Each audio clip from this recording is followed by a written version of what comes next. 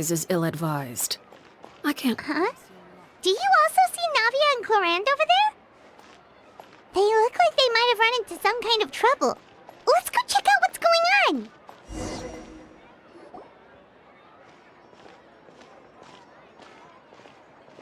on! Still no dice? Not at all. And I've asked pretty much everyone in the court of Fontaine already.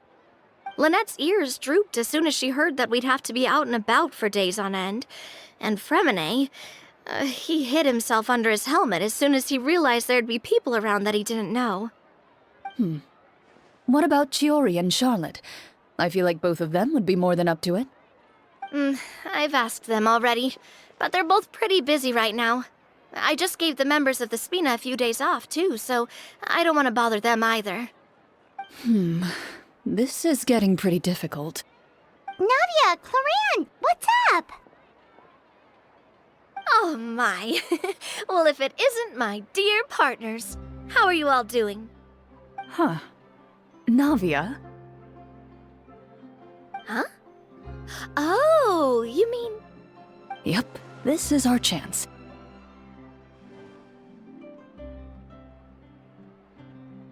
Do you need our help with something? Oh, precisely. My dear partners, we've got a huge problem right now that only you can solve. Whoa, for real? Absolutely. We've already exhausted all our other options.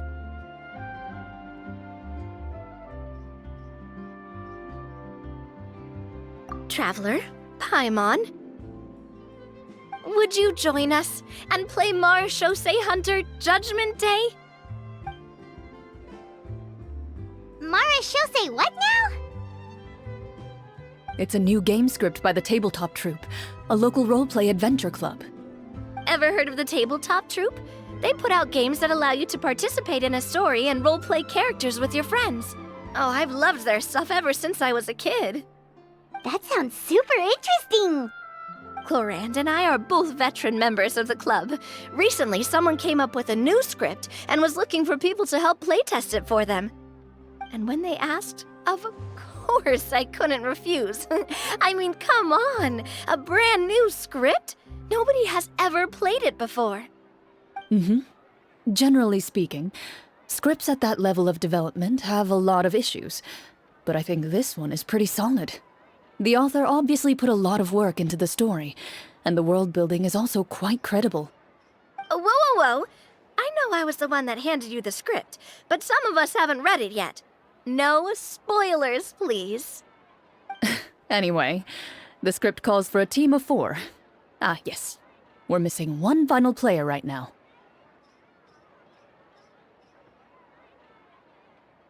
So, you're saying you'll help us out? I knew I could count on you, partner.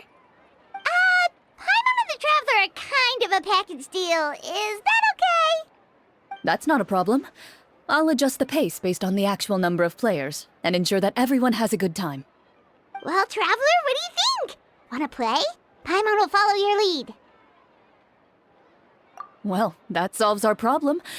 You have our thanks. Woohoo! I'll go grab the script manager from the club right away. The script manager? Didn't you just say that you gave Clorinde the script? The club introduced a completely new kind of gameplay for the script. In this iteration, the Game Master's version of the script is incomplete. The script manager provides the next part of the script only after players have completed the current list of objectives. On top of that, in order to increase player immersion, the club has created some of the story's sets and scenes in real life. We'll only know where we should go once the script manager reveals the starting location. Wow, you're right. Whoever wrote this script really did put in a lot of work. And it's got a real healthy amount of suspense, right? I mean, even the GM doesn't know how the story will end. I look forward to experiencing it with you all. Why don't you go meet up with the others first? They should all be waiting at Chioria Boutique. I'll come over with the script manager as soon as I find them. Sounds good. Remember to always watch where you're going, and don't rush. You say that like I'm 6 years old or something. Let me think. What kind of character should I play this time? I just hope you'll pick up some useful skills this time. Oh, and stop trying to persuade every animal you come across.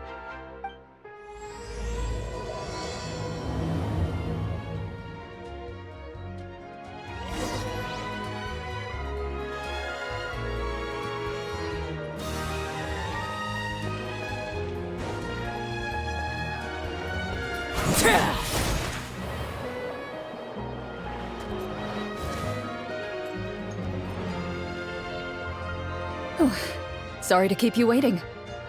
Ah, you're back! Huh? And you've got the Traveler and Paimon with you too! What a pleasant surprise. I assume you'll be joining us for the game then? Linny, Farina! Paimon didn't know you were playing too! Are you also members of the tabletop troupe? I'm more of a casual member if anything. I haven't taken part in many formal club activities. Lynette Fremine and I play something similar at the Hotel Bouffe Tété sometimes, but I'm usually the GM. Still, I'm sure it'll be fun being a player for the first time. I'm looking forward to it. Well, I'm not a member of the club at all. Clorinde simply woke me up first thing this morning, said there was a good script worth experiencing, and asked if I wanted in. If you're interested, I can give you a referral. That should give you a 40% discount on membership fees. I think I'll wait to see how this experience plays out first, especially when it comes to the quality of the script. If it's sufficiently fun, then I'll join. Do you participate in a lot of tabletop troupe activities, Clorinde? You could say that. She's actually one of the few senior game masters of the troupe. Right. I knew about that even when she was still my subordinate. It's nothing. Really, just a small hobby of mine. Wow. Paimon's so used to seeing you be all upstanding and intimidating as the champion duelist. It's kinda hard to imagine you role-playing with a bunch of friends. Surely you jest. I would never intentionally make things difficult for my players. I maintain a clear boundary between my professional and personal lives. The me you see at court represents the law and order of Fontaine. I put all personal feelings to the side and grant a fair duel to all who seek to defend their honor. But in my personal life, I'm just an ordinary person. Someone who feels anger and sadness, just like everyone else. Well, you say that, but for all the time I've known you, I don't think I've ever seen you cry. I've seen you get angry, sure, but now I'm wondering whether you were actually mad or if it just looked that way from the outside. I was probably in work mode during those times. Is that so?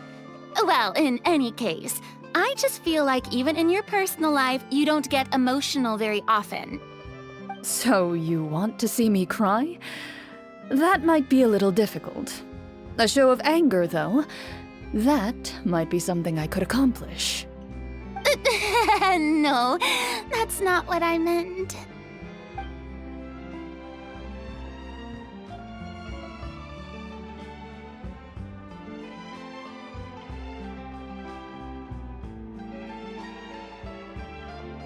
Ah, I'm back!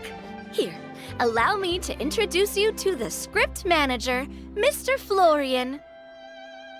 Pleasure to meet you all. Hello?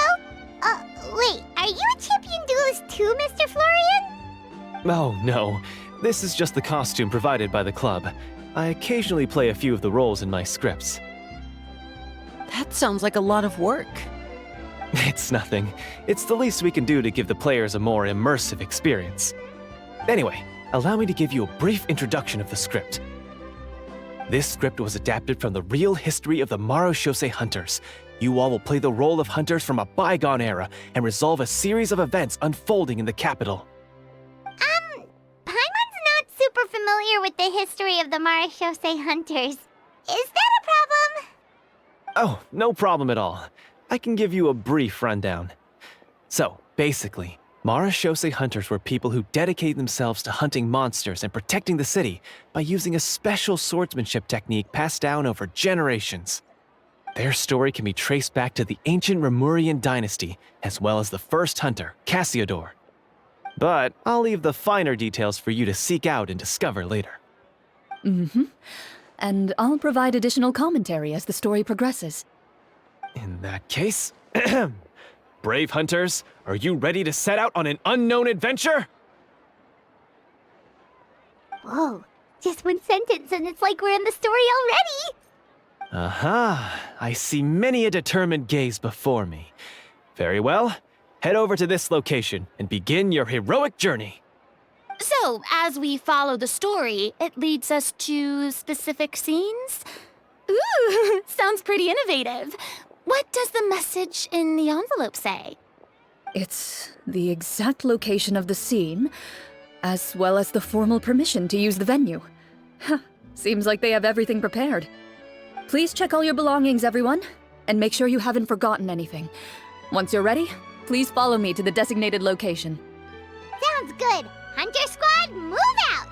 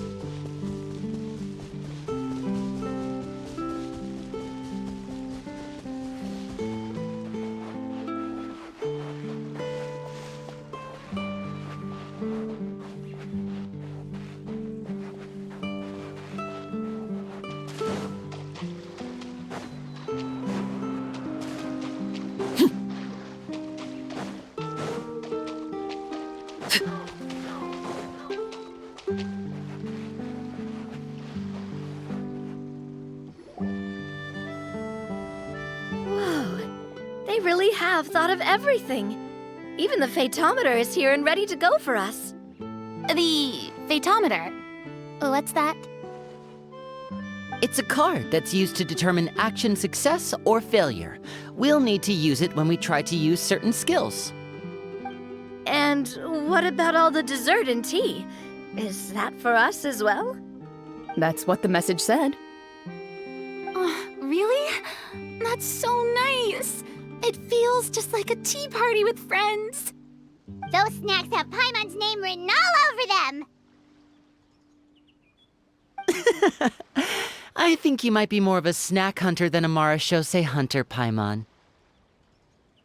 Snack Hunter Paimon reported for duty! If there are delicious snacks to be found, Paimon will track down every last one! The desserts are great, but I'm still looking forward to the story more than anything. Very fair. Then, let us begin. First, please pick up the blank character cards in front of you and write down your name and profession. You can find an abbreviated version of the rules printed on the back of your character card. If you have any questions, feel free to ask me. In this story, everyone is a Marashose hunter. To reflect this, the club has prepared a small badge for everyone. Ooh, nice! As hunters, you have proficiency in swordsmanship and fighting by default, so there's no need to allocate any additional skill points to those areas. Swordsmanship? So there's a fighting part to all of this? Paimon's not sure she can do all that on her own. Maybe Paimon can just stick with you? Why don't you share a character card then? The Traveler will be the Marashose hunter, and you can be his little floating assistant. Kinda like in real life. So, for the name, do I fill it out with the name of my character? Yep, it can be any name you like. You can use your real name too if you want. I do that whenever I get too lazy to think of a new name. Oh, so it would be like experiencing a different life, but still as yourself. That's not a bad idea. In that case, I think I'll continue to use the name Linny then. Next up is the skill sheet. You have a limited amount of skill points that you can use to learn a number of skills. The more points you invest in a particular skill, the easier it will be to pass associated checks. I'll take persuasion and investigation. Those are must-haves when it comes to missions like these. Oh, those skills sound like they'd be useful for gathering intelligence. Good idea, Navia. Just as expected of a veteran player. So, should we also take those skills then? Not necessarily. Since we're working together as a team, we could leave the negotiations to Navia and use our skill points to pick up other useful skills. For example, I think I'll take stealth and sleight of hand. That will give us more options if we run into any situations we can't negotiate our way out of. Oh, interesting. I wasn't thinking about it like that. I suppose it's not so different from an acting troupe. Everyone has their own role to play. Let me see. I'll take arts and performance. I'm not quite sure what use they'll be, but I'm not as knowledgeable about the other skills, and I am not too confident I'd be able to roleplay them well. Well, that leaves us. What do you want to learn, Traveler? Ha! Gotta say, this suits you really well. Nothing boosts morale like good food. Ooh, so you want to help people when they're injured. That's nice of you. So what do you think? Are you sure you want to learn these two skills? Let's see. Oh, looks like you each have enough points to choose one final skill. You've all picked such classic skills.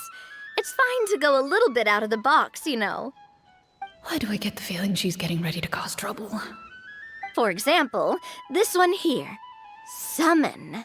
Doesn't it sound super mysterious and cool? Oh, I saw that one just now as well.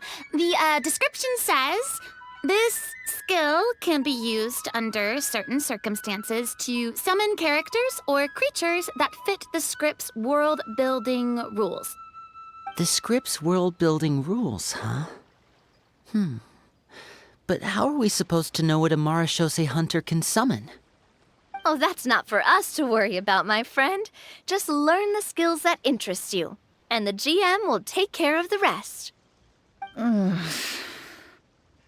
right, you've convinced Paimon. Let's learn summon then. Paimon can't wait to see what kind of thing shows up. Well, now that everyone's more or less finished creating their characters, we can begin.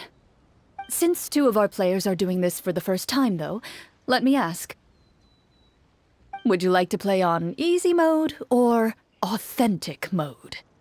What's the difference between the two? Well, in role-playing games, the story sometimes changes based on the decisions of the players and the results of the fatometer. For example, if you fail a check, that means you cannot use the target skill in that scenario. A critical failure may even result in further negative consequences. If you choose to play in authentic mode, every time you elect to use a skill, you'll need to use the fatometer to see whether you succeed or fail, and face any consequences that may follow. If you choose easy mode instead, every check will be successful by default, and you won't have to worry about luck playing a factor.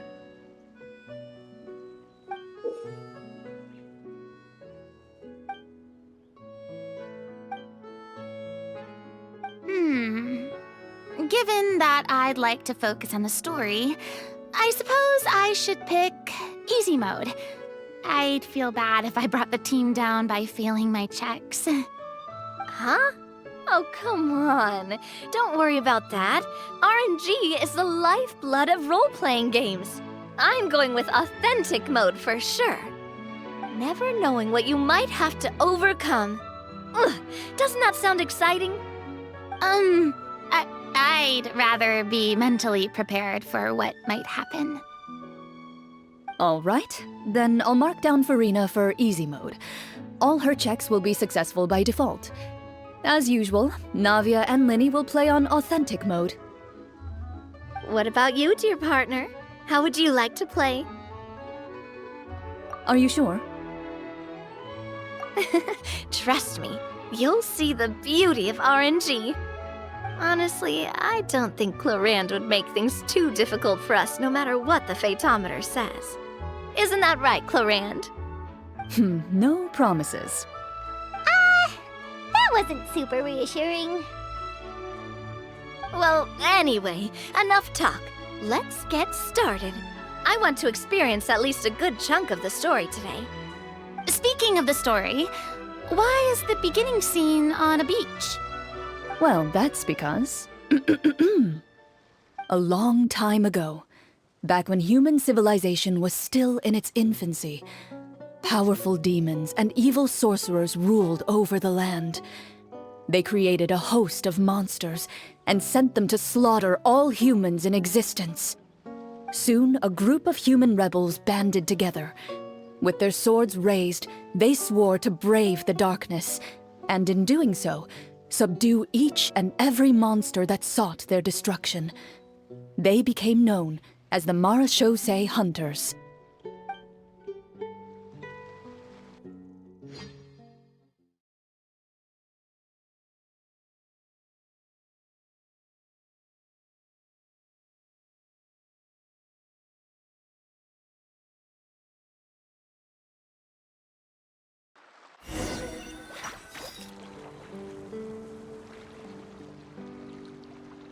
Sometime later, as a member of the Marachose Hunters, you receive a commission. Following the address provided on the message, you take a boat and arrive at this strange city. As you inhale, you can taste the slightly salty air of the docks as you begin to survey your surroundings. There aren't many people in the vicinity, but you do take note of a few others who, like you, seem to be sizing up this place. Your eyes meet, and you realize these people are fellow Marachose Hunters, likely led to this location after receiving the same commission as you. You're all Marachose Hunters too, right? Allow me to introduce myself. The name's Navia, monster hunter by trade and helpful neighborhood businesswoman on the side. What say you to traveling together? We can help each other out on the road. Okay, count me in. My name is Linny. I've been wandering since I was little and picked up a few less than legal tricks along the way. I was adopted by a Marachose hunter and later chose to follow in his footsteps. Is this where you introduce your character to everyone? It sounds like they've done this dozens of times. My name is Farina, and, I grew up in a noble family. I always had a strong interest in performance and the arts.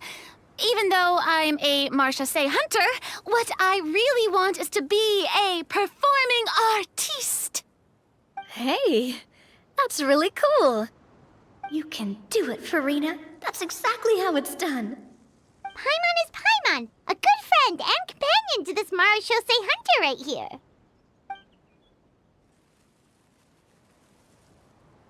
I've been studying medicine ever since I was a child. I want to do my part to eradicate these monsters and use what I've learned to heal others. Oh, welcome. When we face the monsters, I'll make sure to charge in front to give everyone some cover. You can take care of the healing at the back. You open your envelopes at the same time. The message reads, "To the honorable and trustworthy Marachose Hunters, our kingdom is currently facing a grave crisis. The lands outside the capital have been overtaken by monsters, and our people are being led astray by forces of wickedness.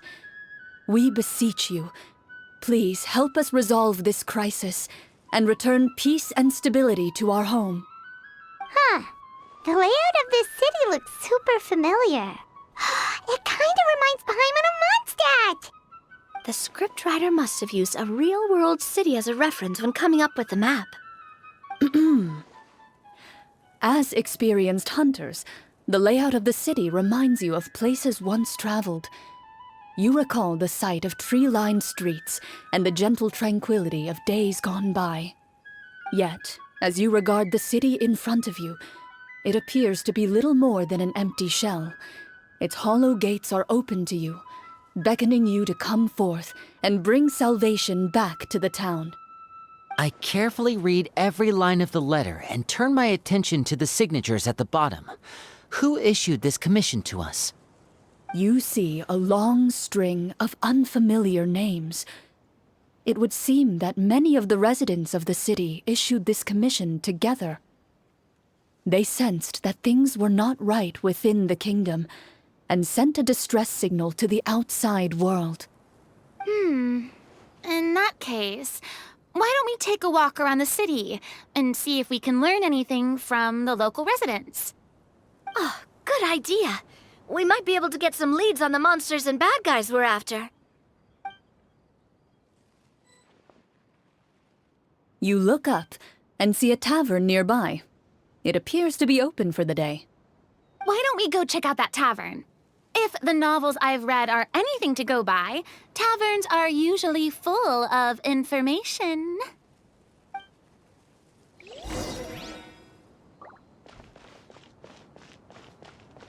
As you approach the tavern, you find a plainly dressed woman standing nearby.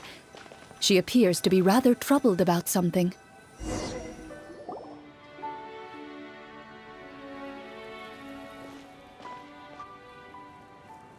Greetings, friend. Lovely weather we're having today, don't you think? Oh, hello. I suppose you're right. The weather today is quite lovely. If only those monsters out there would stop causing trouble. It seems like every character included in the script has a certain amount of useful information to offer. If we keep asking questions, we might be able to get some good leads. Oh, come now, don't be sad. Life is all about optimism. Oh, that reminds me. What did you have for breakfast this morning? Huh? I don't think that's the kind of question we're supposed to ask. Nothing turns a frown upside down like good food. How about some macarons? I could make you some. You didn't even take cooking as one of your skill proficiencies. That's not necessary, miss. Excuse me for saying this, but you don't really look like a chef. Besides, I'm not really a fan of sweets. So you're someone who barely smiles and doesn't like sweets. You're really starting to remind me of this one friend of mine. Hey! Did she just... me? Clorinde must have broke character for a second. This isn't getting us anywhere. Traveler, maybe you can think of something.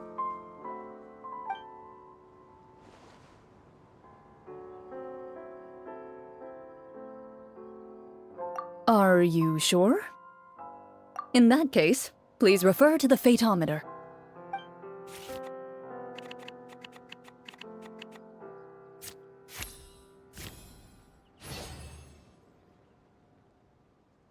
Whoa, it was a success! You remain silent as you prepare a pot and fire to use for cooking. The woman stares at you with her mouth agape as you skillfully cut the ingredients and toss them into the pot. After some time, a rich aroma begins to fill the air. Even a passing cat can't help but stop in its tracks and look up in anticipation. Please have some food. Who knows, maybe you'll feel better after eating something delicious. Whoa, that's amazing. Wait, so as long as you pass the check, you can pretty much do anything? And it won't be seen as absurd? Oh, thank you. You were right. This food really did make me feel better. So, what had you so worried earlier? Could you tell us a bit more about it? Okay, let me fill you in. A horde of monsters suddenly appeared near the capital recently, so all the guards were dispatched to fight them.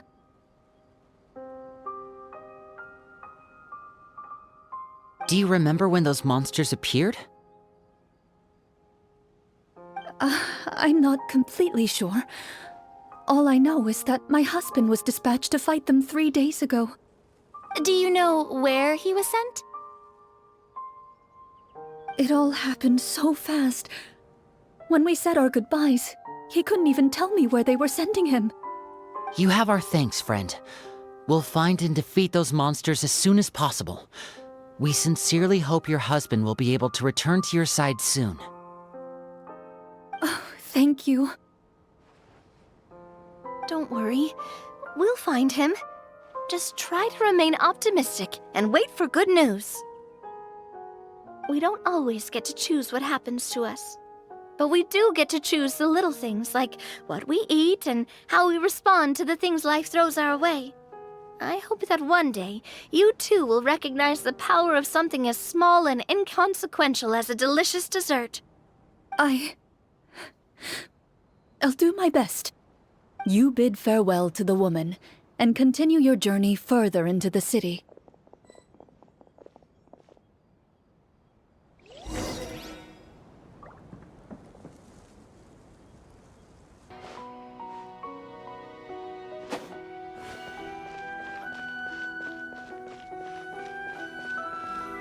As you venture further into the city, the streets appear largely empty. An elderly woman walks past. You see her shake her head as she puts away her wrinkled wallet. A nearby merchant folds his arms and gives you a disdainful look.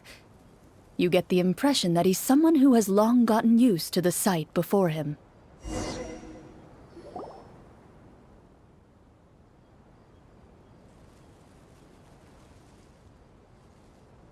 Although he doesn't seem very friendly, merchants are usually a good source of information, right?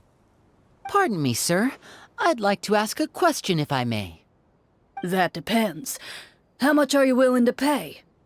How about this much? What do you take me for? Some lowly beggar? You can't even buy half an onion with that amount. Surely an onion can't be that expensive, right? What do you know? War's nearly upon us. Everything costs several times what it did before. If you're not gonna buy anything, then scram. Whoa, what a nasty guy. Maybe we shouldn't even bother talking to him. But he still might have information we need. Traveler, can you think of something? Sir, we came to this city to solve the very problem you seem to be referring to. The war you mentioned, would it happen to be against the monsters outside the city? If you happen to be well informed and know a thing or two about what's going on, we'd appreciate it if you could share that information with us. After all, the sooner this problem gets resolved, the easier it will be for you to do your business.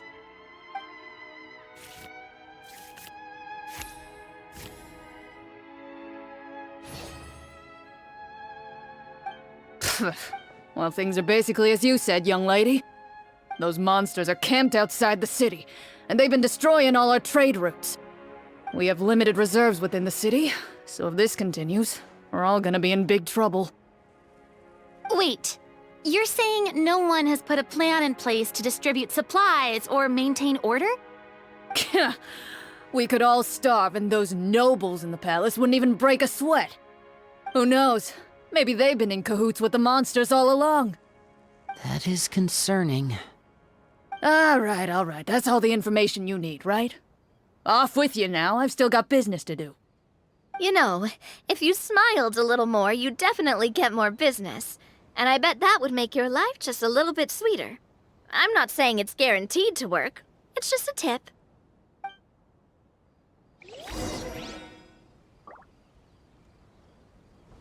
Should we try to go somewhere with more people? Oh, how about the city square? Follow me.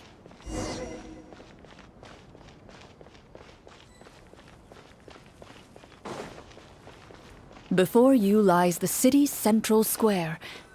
You see a man with a slightly anxious look on his face, pacing back and forth, his head hanging low. He doesn't seem to notice your approach, Still immersed in his own thoughts, he shakes his head and lets out a long sigh. This guy seems promising enough. Maybe I can get some information out of him. Hello, sir. Is there anything I can do to help you? Wait, you're... I'm... Oh, dear goodness! You're a Marashose hunter! You recognize us? Ah, are you one of the people who wrote the commission letter? Yes, yes! Oh, I didn't expect you to actually come! Oh, what great news! The city is saved! What happened here? Alas, we once lived comfortable, carefree lives. This city used to be free of monsters. The first Marashose hunter, Casiodor, the Golden Hunter, he was the one who drove them back. However, monsters have once again surrounded the city. Perhaps the seal that kept them at bay has lost its power. Or perhaps an evil sorcerer has been meddling in our affairs. All I know for sure is that their return has stripped the city of any chance at peace. Are there not enough soldiers to drive them out? It's not a question of numbers. The guards simply have no idea how to deal with them. Most people my age have never even seen one of the monsters, much less been trained to fight against them. What's worse, many of us don't even know the history of the Marashose hunters anymore. When I was a child, though, my grandfather would tell me stories about how the Marashose hunters drove back the monsters. So, on the off chance that something might come of it, I decided to reach out to you. To be perfectly honest, I was starting to think all those stories were just tall tales. But now that I've seen you in person, I finally know that it was true! Well, you can rest easy, friend. The righteous and formidable Marashose hunters are on the case. The man is touched by your determination and resolve. His eyes begin to well with tears of relief. Still, if we are going to hunt the monsters, we need to know where to find them. Can you give us any leads? All I know is that the area outside the city is dangerous. I'm afraid I can't point you toward a specific location.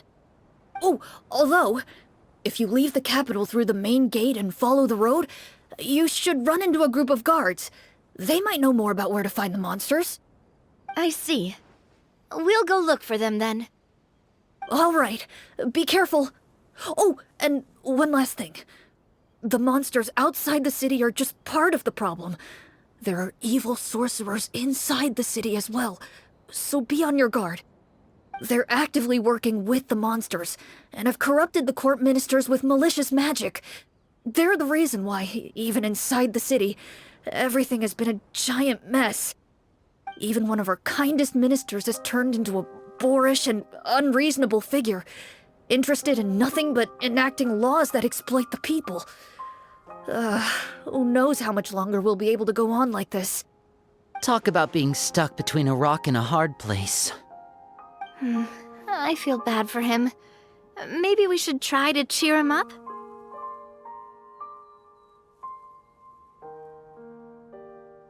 Huh? Like, now? Is this really the right time? I appreciate your kindness, but for now, it's more important to focus on the crisis at hand. Brave hunters, I leave the future of this kingdom to you.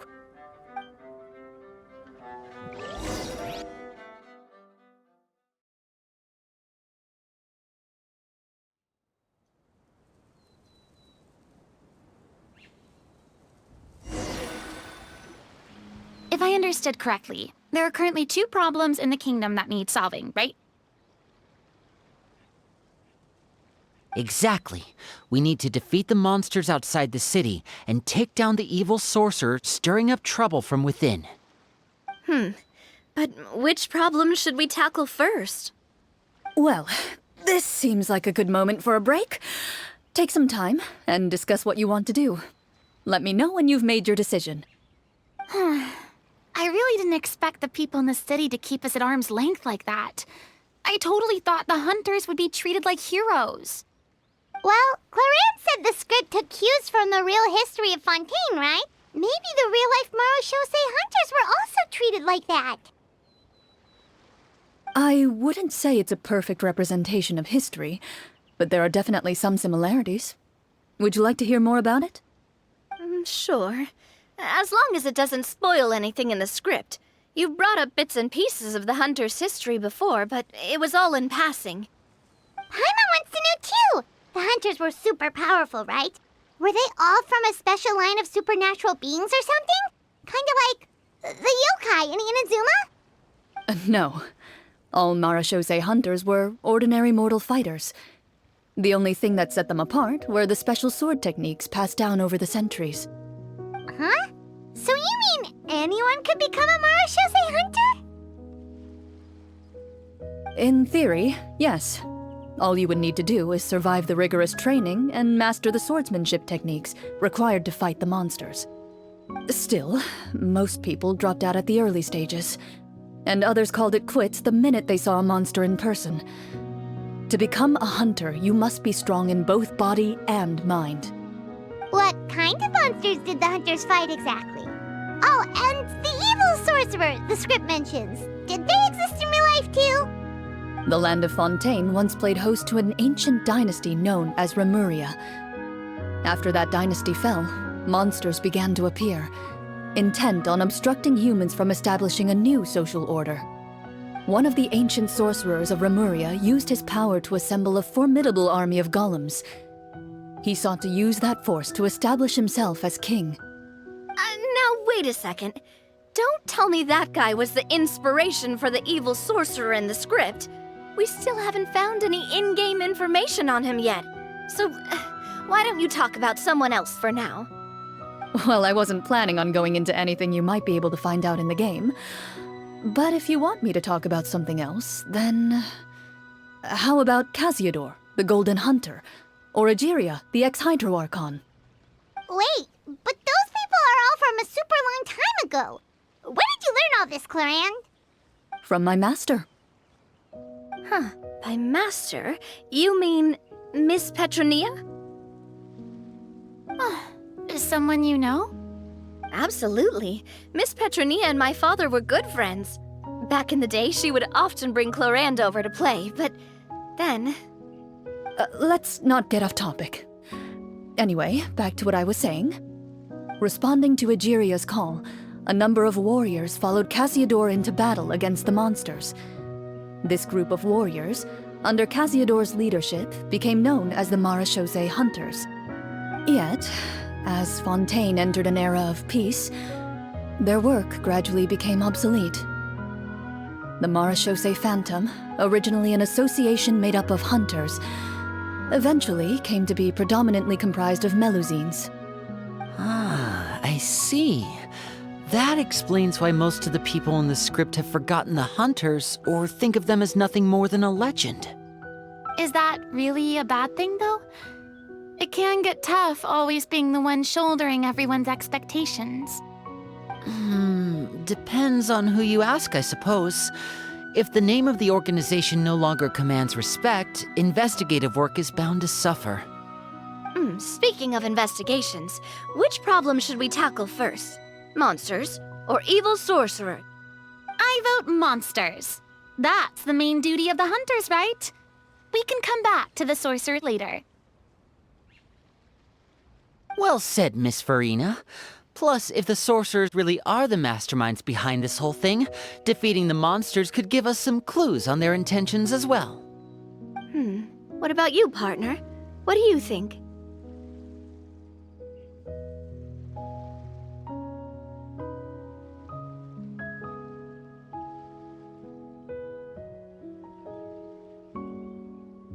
It's decided then. All right. After some discussion, you decide to turn around and head out of the city.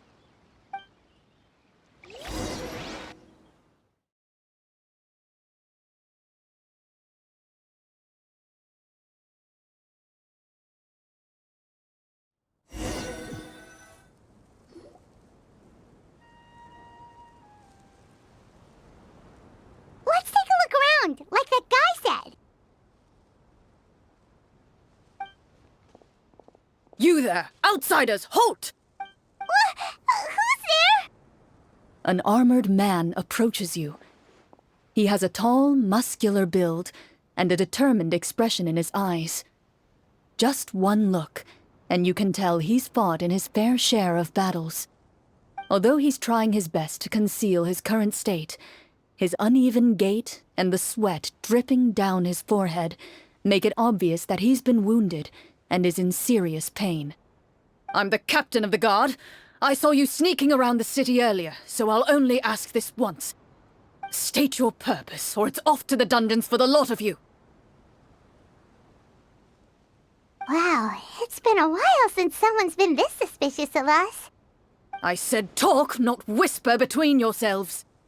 Have you ever heard of the Marchese Hunters? Marachose hunters? Ha! That fairy tale, you mean? What, you expect me to believe you're one of them?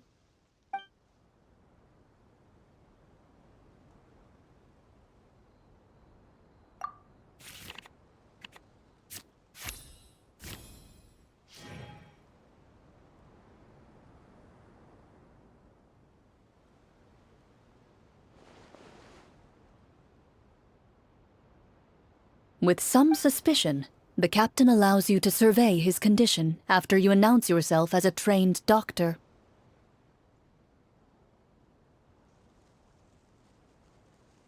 Unfortunately, you're unable to adequately assess the source of his injury, much less come up with a way to relieve his pain.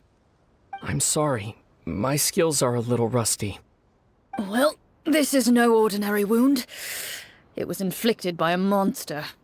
Now tell me, are you truly a Marachose hunter? He regards you with suspicion for quite some time before shaking his head. Perhaps he's finally accepted that you're here to help. Sir, we were indeed in the city earlier, but our purpose was only to gather information on the monsters. We're here to help the city and all the people within it. Your guards are still fighting the monsters as we speak. They could be seriously wounded and in grave need of support. You need all the help you can get.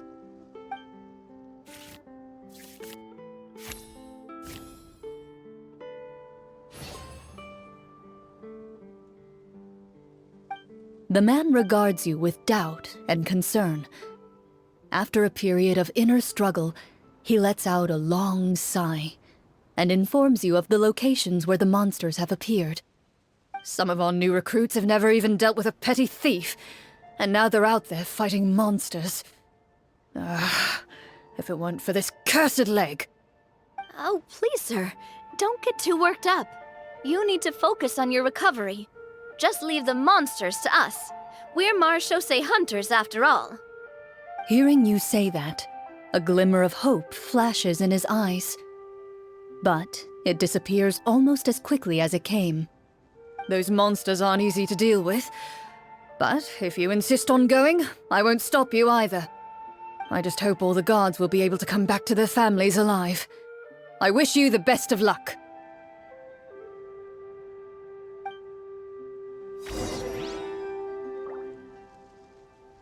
Based on what the captain said, the monster should be right up ahead. Let's go. Hopefully we're not too late.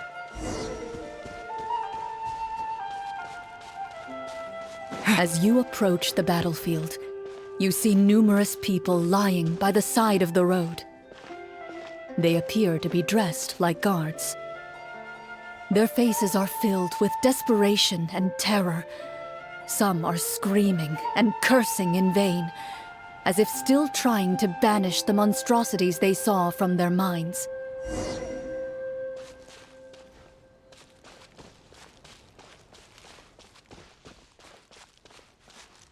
A few of the wounded look up at you in shock and disbelief.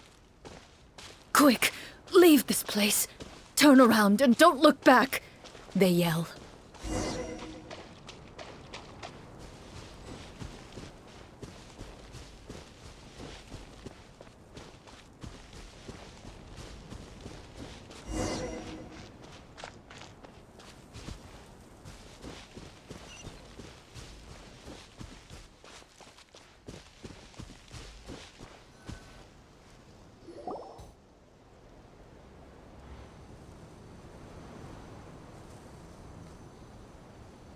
this is the place he mentioned, right? You see broken iron swords scattered all around you, and downed trees riddled with terrifying claw marks. All the signs point to one thing. A truly devastating battle just took place here. Be on your guard, everyone. The monsters might still be around. Before you can finish your sentence, you hear rustling sounds from the surrounding bushes. The monsters have emerged. They close in on you without fear. You get the impression that, in their bloodthirsty eyes, you're just another meal for them to devour.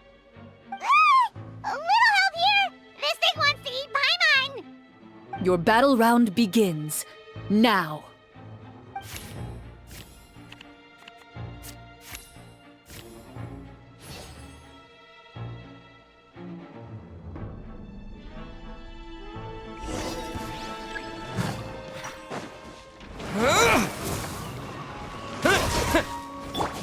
Strike a pop!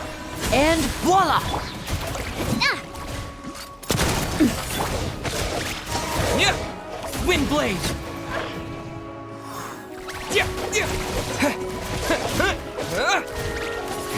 The next battle round begins now.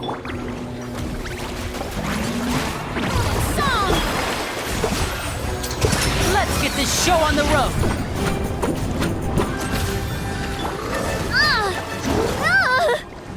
Coming at ya!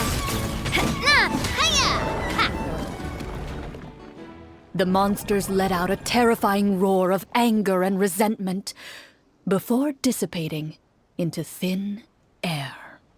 Ugh, thank goodness it's over. We're lucky the Marashose Hunter class came with all those preset skill points. Otherwise, we would have been in some real trouble. I never knew the Fatometer even determines the amount of damage you inflict. If you get unlucky, isn't it just game over right then and there?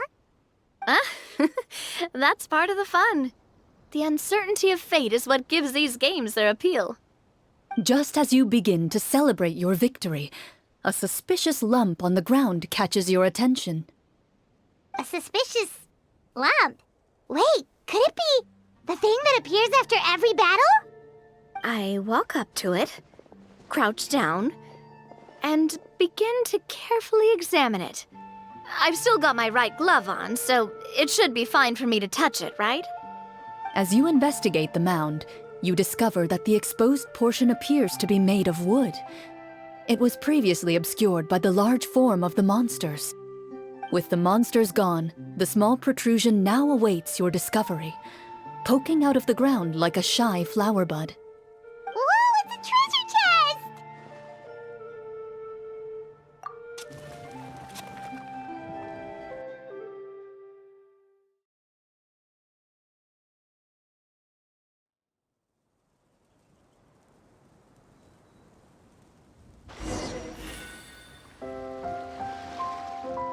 With everyone's help, you successfully excavate the wooden chest from the ground.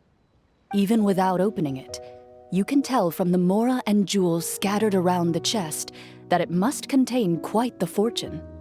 Makes sense. We worked hard for this. Let's open it and we can share what's inside. I can understand your excitement, Paimon, but think about it. Doesn't it seem like there are people out there who need this treasure more than us? Yeah. Think about all the people suffering in the capital, or all those guards who got hurt fighting the monsters. Wouldn't it be better if we gave the treasure to them? Wait, is that how it works? Paimon thought since we were the ones to dig it up, we could just take it for ourselves. Well, let's put it this way. Any decision you make during a role-playing game can impact the future course of the story. But would the people really believe us? It's hard enough for us to prove we're Marashose hunters. What if they think we procured the treasure illegally? They might get even more suspicious of us. That's definitely something we should consider. Maybe we can come up with an explanation in advance. Well, if donating it could cause that much trouble, why don't we use it to buy some gear and fill up on good food? Then we'll be ready to fight even more bad guys. Looks like you're facing a difficult choice once again. Well, it's getting late. Why don't we call it a day for now? Wow, where did the time go? I'm not sure if it's because I'm having so much fun with you all or because the story is particularly enticing, but I feel like I could almost keep going. Here, here. Ooh, how about we play through the night? I'm not sure I'll have enough energy for that. Yeah, that won't work for me either. Lynette will give me an earful if I get home too late. I understand how you feel, Navia, but we have to change venues for the next part of the story anyway. Huh? Another location? There's a special note for the GM at the end of this section that says to proceed to an indoor set for the next part of the script. Whoa, they really pulled out all the stops for this new script. Well, even if we end the game for the day, we can still stay a little longer and hear Clorinde finish her story, right? Paimon wants to hear more about the history of the hunters. Something tells me you just want to finish the free desserts before we break for the day. That's just a coincidence, okay? Besides, to Paimon, not finishing free food feels even worse than having to buy her own. And anyway, Paimon really does want to hear more about Clorinde's master. Well...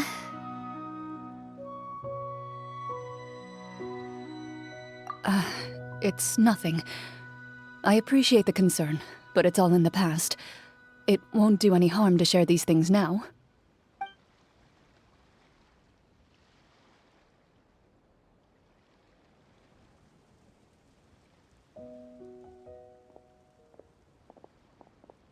My earliest memories are of living with Master. According to her, she saved me from certain people of ill repute. My birth parents had left me behind some time before that. What a heavy beginning for a life story. Master was a fascinating individual, if inexperienced in the ways of raising children. My first ever toy was a short sword. Although I suppose it wasn't so much a toy as something Master removed from her waist and handed to a noisy child in need of distraction. Oh wait, so she handed an actual sword to a child? Isn't that dangerous? Did you hurt yourself? Of course I did. I cut my palm and bled quite a lot. But Master was not concerned. She just stood there and casually lectured me about it. See, that's what you get for not holding the sword properly, she told me. She then crouched down next to me and said, "Give me your hand. I'll teach you to bandage this wound. After that, it's time to learn how to truly hold a blade." Excuse me for asking this, Clorinde, but how old were you exactly when all this happened? Probably around, 3, give or take. 3?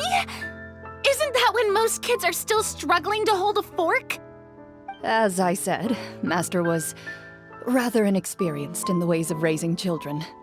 She believed trial and error was the best way to teach a child what they're capable of. I'm not so sure this is a question of experience. I didn't see anything wrong with her ways at the time. And anyway, children don't get to choose how they're raised. Oh, she did bring me back a pet from Liyue once. It was a Geovishap hatchling. A Geovishap hatchling? For a pet? That seems even more dangerous. What she said was this: make sure to get along, you two. If you really can't agree on something, just settle it with a fight. Whoever loses is the real pet. And how old were you when this happened? 5. Well, did you win? No, I lost. So you're saying you actually became the Geovishap's pet? Yes, but only for a week. By the end of that week, I defeated it in combat, and we've shared a cordial relationship ever since. That really doesn't sound like the kind of childhood someone should have. Later on, I gradually understood that Master most likely didn't know any other way to raise a child. She was a marechaussee hunter, but I never heard her bring up her own parents. Thanks to her, I learned how to navigate the forest by the age of 6, and could hunt monsters in the wild by myself the year after that. Even though the training she subjected me to was strict, she always made sure to take me traveling when she had the time. We met many of her friends during those days. That was also how I met Mr. Callis and his family. I still remember the first time we met. You were too scared to join our picnic and hid behind Ms. Petronia the whole time. I still hadn't really met many children my age at that time, so I didn't know how to interact with others. After that, though, you started coming over a lot. You loved challenging people to shooting competitions, remember? I don't think many members of the Spina ever beat you in one of those. I had a lot of fun during those days. I enjoyed them too. Oh, do you remember that one time we went exploring around the Spina together? We overheard Papa call your master Fontaine's Protector of Justice. We tried to pretend like we never heard anything, but you nearly let it slip that one time.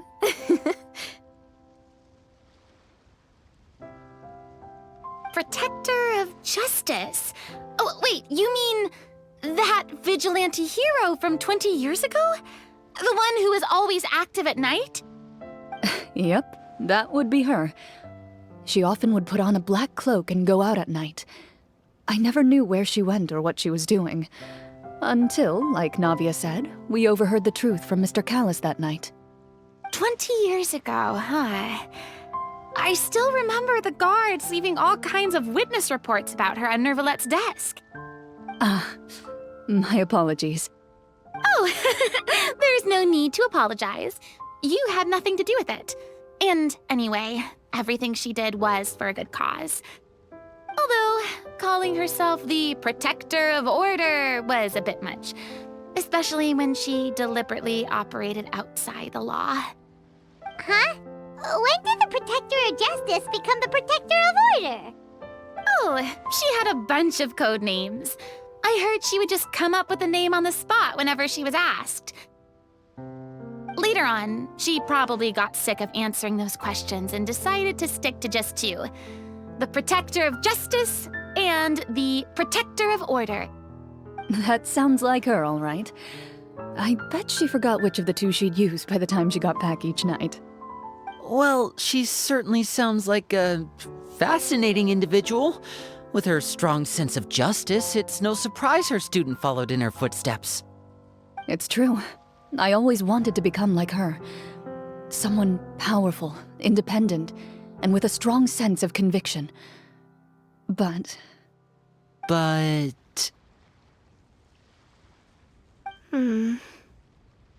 She suddenly disappeared the night I turned 10 years old. Disappeared? What happened? I have no idea. She didn't even leave a note. I was never able to find out where she went. That night, I was celebrating my birthday at Navia's house, but Master never came to pick me up. When I returned home on my own, it was to an empty house. When she still didn't appear after a few days, I went to Mr. Callis's house to ask about her whereabouts, but he only shook his head. Papa probably didn't know either. I know he sent a few people to investigate the matter in secret, but they never found any credible leads. Don't worry, I understand. To be perfectly honest, given Master's personality and way of doing things, it all made a lot of sense. If I had to guess, I'd say she probably used it as an opportunity to force me to become independent. Just like how, when a litter of kittens reaches a certain age, the mother willingly leaves them behind. Were you upset, Clorinde?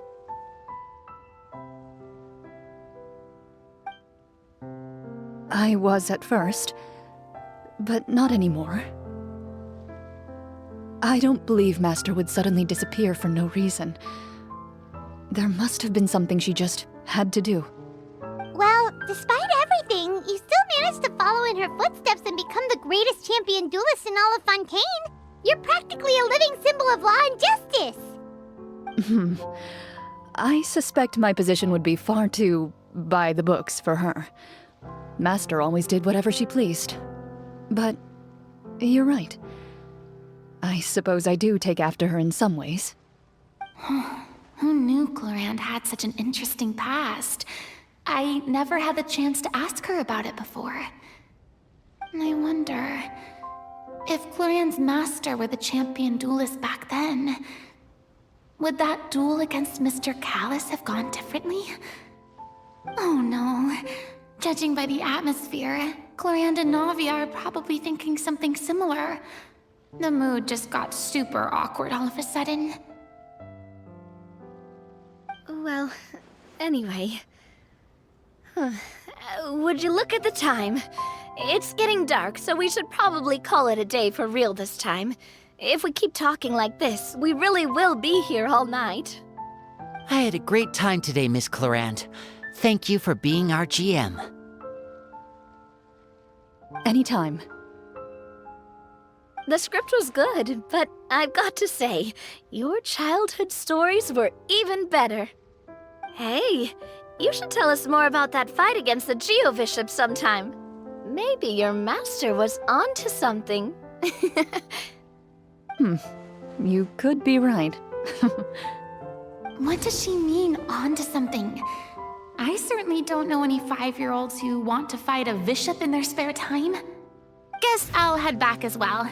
I need to save my energy if I want to continue enjoying the story tomorrow.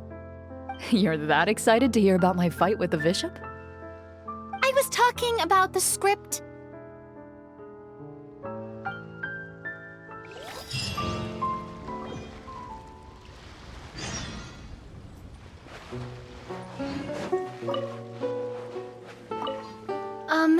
Just between the two of us, could you tell me what it was like to be the Geo-Bishop's pet?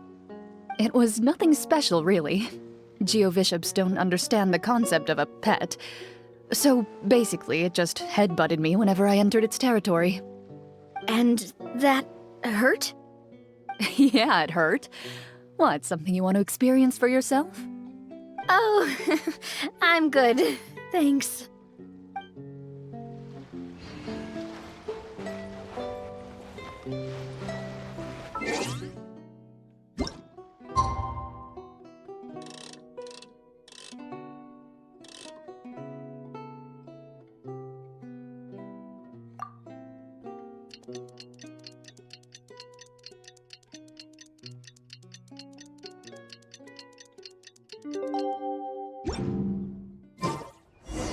Let's go meet up with the group! Paimon's really looking forward to today's story.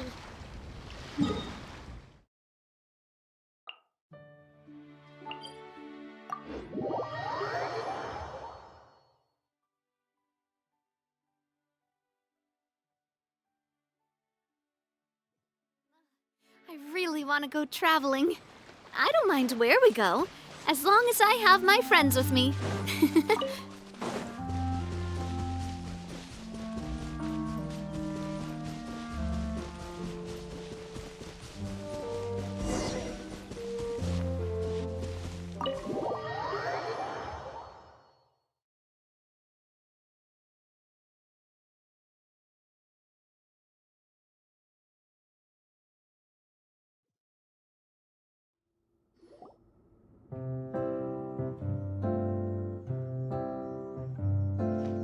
Looks like everyone's here. Now, before we begin, why don't we finish where we left off yesterday? There was an important decision to be made, yes? I'll pour everyone a cup of tea. Is that really the most important part, though, Clorinde? Paimon's more concerned about our current surroundings. Heavy walls, cold railings, dim lights. This is obviously supposed to be a prison. I admire the work put into the set. Still, it's obvious the scriptwriter has never paid a visit to the fortress of Meripede. So the set is going to be a part of the script? Unfortunately, that is something I can neither confirm nor deny. Anyone think Clorinde's smile is starting to look kinda scary? Well, whatever happens, we'll just have to push on. But first, we should really figure out what to do with this treasure. if we're worried about arousing suspicion because of our identity, why don't we give ourselves a different name, just like Clorinde's master did? Yeah, it might be better to keep a low profile. As long as we're helping people, it doesn't matter who we are or what we're called. Staring at me won't get you anywhere. Or did you want some more tea? Oh, Paimon's good. Thanks. Why aren't you saying anything, Navia? Wait, what's that next to you? Oh, this is the short sword Clorinde mentioned last night. I found it. Huh. I'm surprised you managed to track it down after all this time. Well, I made sure to take good care of it, considering the circumstances in which you gave it to me. Of course I had to keep it safe. Anyway, where were we? Oh, right. I was just thinking about all the potential ways for us to break out of prison. We could dig a tunnel, or try to bribe the guards. Wait, we haven't been thrown into prison yet, have we? Well, it's only a matter of time. It pays to be prepared. Just like how you should always have an umbrella on hand, even when it's sunny. Alright, Paimon's made up her mind. Let's just give the treasure away.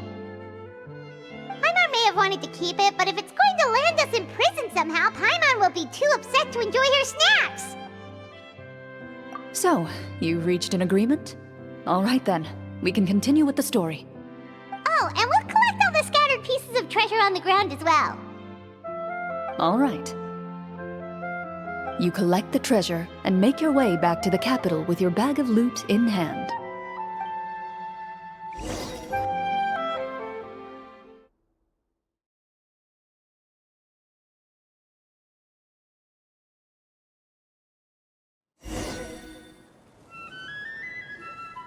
The city is still shrouded in a gloomy, oppressive atmosphere, but your spirits are surprisingly high.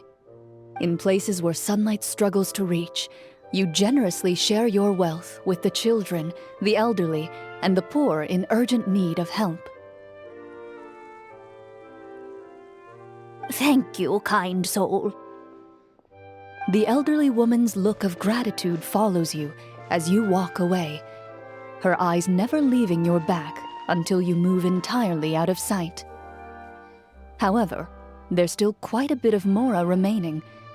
It appears you haven't made much progress. She's probably trying to tell us to speed this up. We need to hurry up so we can address the sorcerer problem. Should we go find that man again at the square? He seemed like a pretty responsible guy. I'm sure he knows the people here far better than us. Oh, good idea! Just as you start to make way to the square, intent on finding the man again, there's a voice.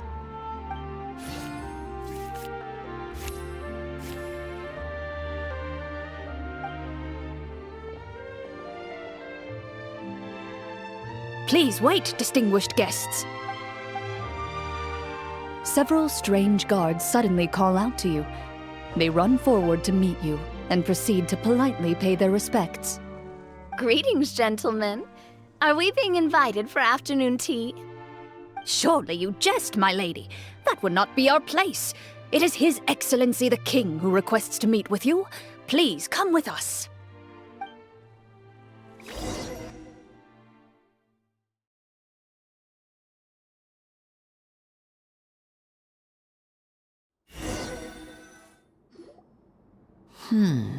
Do you think this could be a trap? Well, we have to investigate the court at some point, right? Meeting the king himself would be a fantastic opportunity to do that. I say we go for it. If something happens, we'll just turn the whole place upside down. That sounds a little intense. After a quick discussion, you nod to the guards and agree to follow. They lead you all the way to the audience hall of the palace. Gilded tables line both sides of the hall. The space itself is adorned with all manner of expensive antiques, glass shelves, and silver candlesticks. The items appear quite ordinary in size and dimension, yet their presence somehow makes the emptiness of the hall feel even more surreal and ominous. it's so luxurious! The elderly king, clad in a magnificent robe, sits upon the deep crimson throne before you. He wears above his head a majestic crown, with a gemstone the size of a bird's egg set right at the very front. As you observe it, you see a complex pattern of light reflect off its surface. They're here, Your Majesty. A man dressed in dark clothes, likely a minister, shields his mouth with his hands and bends down to whisper a few words to the king. After a moment, he lowers his hands and stands back up. His gaze shifts to fixate on your group, but he does not move from his place at the king's side. The king does not appear entirely aware of his surroundings. The man by his side, though. We should keep a close eye on him. The king remains still and says nothing. The minister is the one who speaks. Esteemed guests, allow me to thank you for coming to our faraway kingdom. Unfortunately, His Majesty the King finds himself quite exhausted from work. So please allow me, his Prime Minister, to welcome you in his stead. I've heard tell that your group, the Marechaussee Hunters, used your exceptional ability with the sword to repel the monsters near the capital. Such a great deed deserves to be rewarded. However, seeing that I was not fortunate enough to observe such a feat with my own eyes, you'll forgive me for seeking to verify the truth by speaking to you myself. Well, we've got nothing to hide. You brought us here to talk, right? So we'll just explain what happened.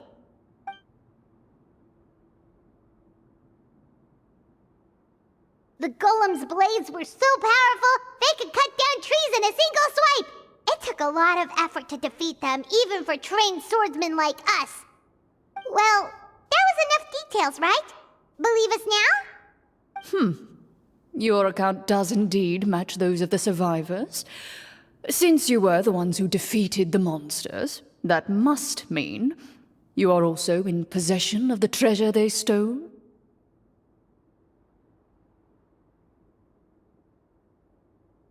Well, we did take the treasure, but...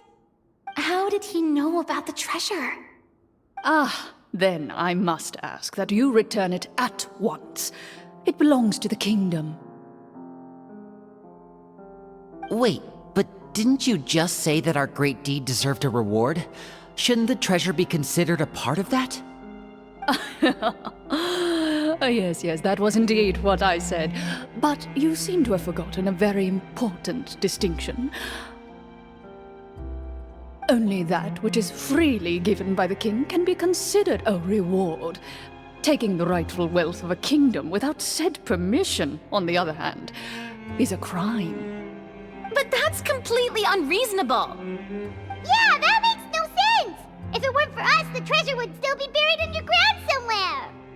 Maybe so, yet the fact remains. You tried to dispose of the treasure without reporting it to the court and without receiving permission, yes? What, no answer? Surely you're not insinuating that you, a group of legendary Marechaussee hunters, sought to take the treasure for yourselves? Well, what about the king? Is he just gonna let this guy talk for him the whole time? Clad in his magnificent robe, the king remains seated, with his hands resting on either side of the throne. His posture is rigid and unmoving. He stares forward with an empty look in his eyes, completely unmoved by the events before him. From the look of things, could the Prime Minister be the evil sorcerer? Or could both the king and the Prime Minister have fallen under the evil sorcerer's control?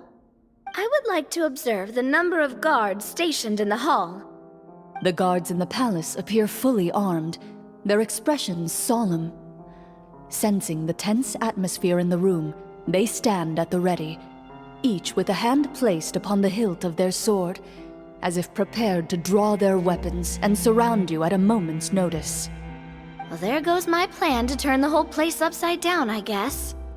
It appears we've been visited by nothing more than a group of ill-intentioned imposters. What a pity. Guards, take them away and throw them in the dungeons. Before I decide your fate, however, I must first determine whether you have any accomplices outside the court. Can't we try to slip away? Or maybe start some kind of riot? But if we try to fight the guards right now... Don't worry. At least we figured out who's behind all this. Let's just play it by ear. If you're scared, Paimon, just hold my hand. Aw, thanks, you guys. You allow yourself to be led away by guards surrounding you on both sides. It's only when you begin to feel drops of water falling from the dungeon ceiling and smell the stench of death and decay all around you that you finally realize you've stepped into a completely different world. Stay here, and don't try anything funny. The guards lock the cell door and leave without looking back. Wait, sir! Your voice echoes through the dark hall, but the only response you receive is the sound of water dripping from the ceiling. No! What should we do now? Carve out a new path of fate with our own two hands, of course. I draw my weapon. You reach toward your waist, but find nothing there. You now recall that your weapons were confiscated before the guards locked you in the cell. The bag of treasure along with them. What about that knife I hid in my boot? When did you hide it in there? When I was thinking about digging a tunnel. Rejected. You failed to inform the GM of this course of action. Moreover, the guards would have conducted a thorough search before throwing you in prison. And the keys to the cell aren't anywhere to be seen? Correct. You don't even feel a lock hole on the cell door. Oh, well, there goes all our plans. Indeed. Huh? Why are you the one saying indeed? Because that statement holds true for me as well. This is where the script ends. What? But that's a terrible ending! Generally speaking, this should be the point where the scriptwriter gives the players some kind of hint, or gives the GM some kind of code for how to move forward. I mean, maybe they just really wanted us to be immersed in the feeling of being in prison? Like, they'll only show us the way out once we've grown truly and utterly desperate? That is a possibility. If only there were desserts and tea in real prison. Oh, wait, guess that's kind of how the Fortress of Meripede works if you're lucky. Oh, before I forget, Navia, the short sword you had with you earlier. I took a closer look, and the craftsmanship doesn't appear to resemble anything from this era. If I remember correctly, that style was last in vogue several hundred years ago. Wait, Clorinde said that sword used to belong to her master, right? Does that mean her master has been alive that long? I doubt it. The way she went about things often made her seem childish more than anything.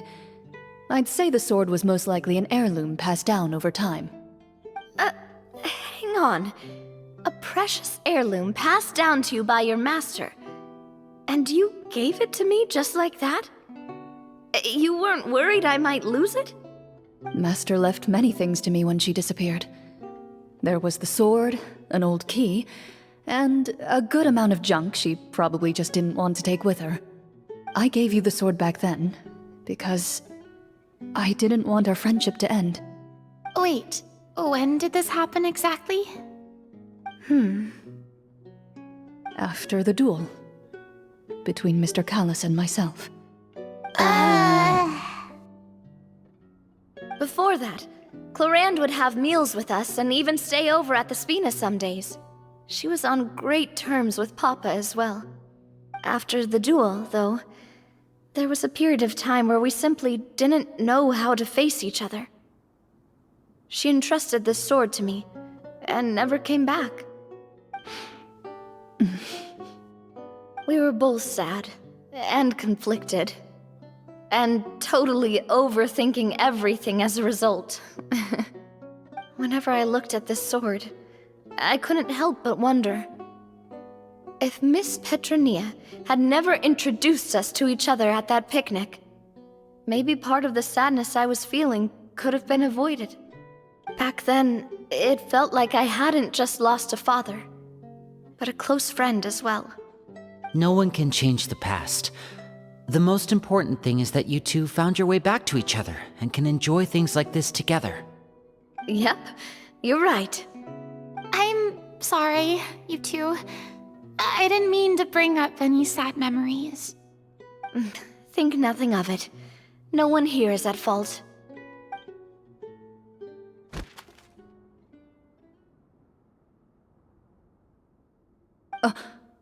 Huh?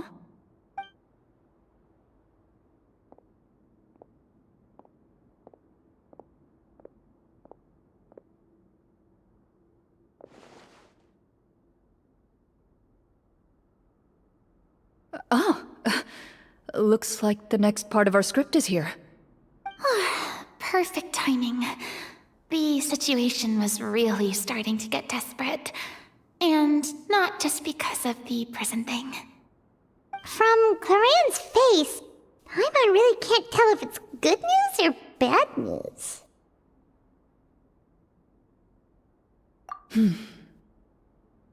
Water continues to drip from the ceiling. In this lightless dungeon, you lack a reliable way to tell how much time has passed.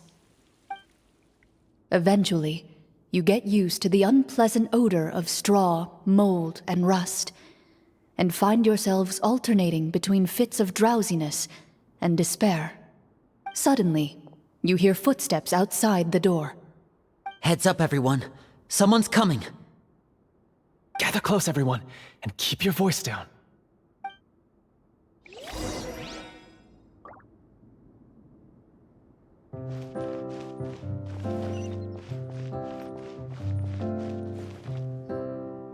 Who are you? I work as a guard in these dungeons, but my true identity is the same as your own. I'm also a marechaussee hunter. Huh? Shh. I've already sent away the other guards, but if we make too much noise... I understand, but how can we be sure we can trust you?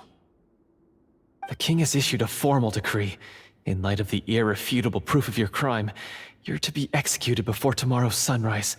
If you want to escape, it has to be now. Executed? We barely did anything! Monsters appearing at the same location as the treasure. Could this entire thing have been a trap? There will be time for speculation once we're out of here. As for my identity, I have no way to prove that to you just yet.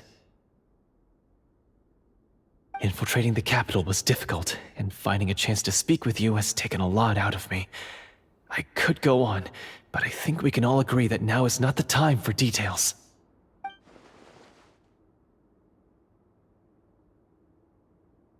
Have you seen our weapons anywhere, sir? Don't worry, I brought them with me. They're just behind the door. Still, these weapons alone won't be enough to defeat the true enemy behind the scenes. His faction is too powerful. The guards are all under his control, and he's even stationed a number of golems in various rooms throughout the palace. To defeat him, you must find a secret vault. It is said that within that vault, the marechaussee hunters of the past left behind a treasure with the power to defeat the sorcerer.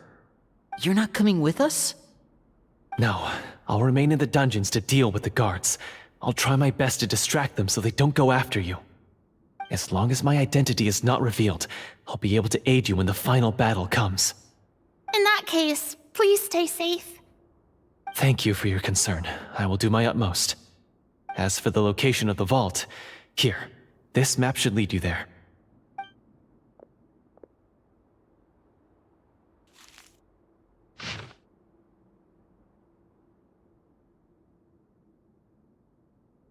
Got it. All right, once I open the door, remember to stick close and refrain from making any noise. I'll lead you out of here as quickly as possible. You now have the chance to restore the honor and legacy of the marechaussee hunters. So please, get out there and reclaim what's ours. And be sure to exercise caution. With the help of the guard, you successfully escape the dungeons.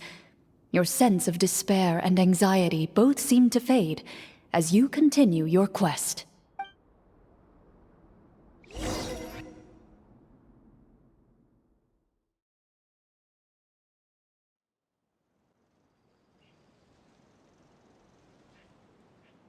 Wait, we didn't get to use our skills at all while we were in prison. Who knows when we're gonna get the chance to use that cool summon spell? That is a pity, but we can only continue to move forward.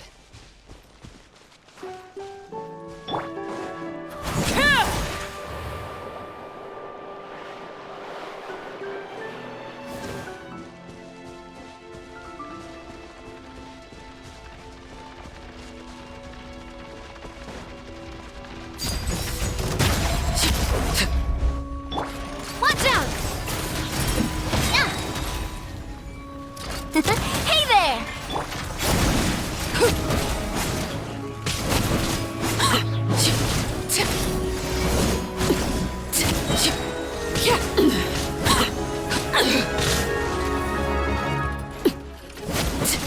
Transfixed! Order guide you. Rise!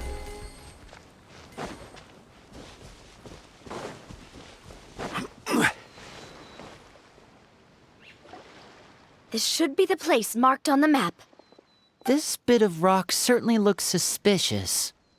Well, I'd say an investigation's in order then. Plus, if all else fails, we can just blow it up. Wow, you really meant that! Before you lies a serene stretch of open water, its surface shimmering a brilliant shade of sapphire blue. Well, guess this means it's time for a swim!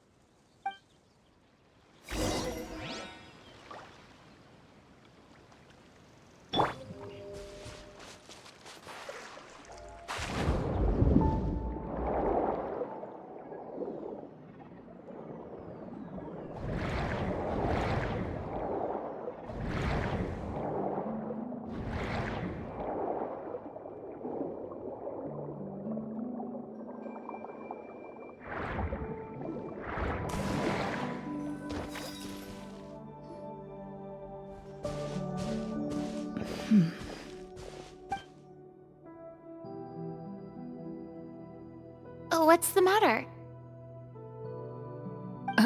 It's nothing. As you step into the cave, you find yourself in an eerily quiet space. Before you lies a narrow passageway that appears to trail off endlessly into the distance.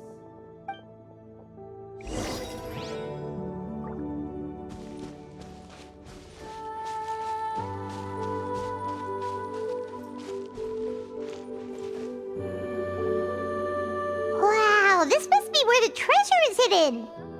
But this door is blocking our way in. It almost looks like it's been here for quite some time. I've got to hand it to the tabletop troupe. They really went all out with the props. Huh. What have we got down here? A kind of mechanism connected to the door? Ah, it looks like we might have to arrange it into a certain pattern. A pattern on a stone door. That's something Master mentioned before. Is something wrong, Clorinde? After a long, difficult journey, you finally arrive at the location indicated by your map. It appears to be an ancient site of some sort, where treasure likely awaits. Your surroundings are exceedingly quiet and serene, as if the secret that slumbers here has never once been disturbed. If you listen closely, you can almost convince yourself you can hear the sound of its calm, gentle breathing. That description makes Paimon feel kinda bad for disturbing this place. We're doing this for the sake of the people, to free them from the evil sorcerer. I say it's time for this treasure to once again see the light of day. Linny's right. We need to keep going. The future of the kingdom depends on it. The next part of the story requires us to solve the puzzle, right? Let's start exploring the area. Yes, that should be fine. Something feels off about all this. Guess I'll just have to improvise.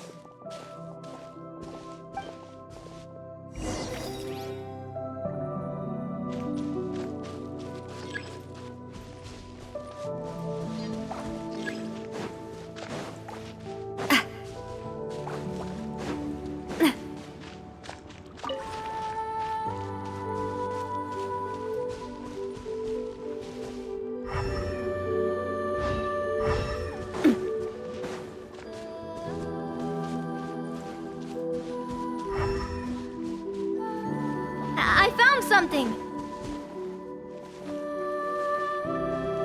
Found something here, too.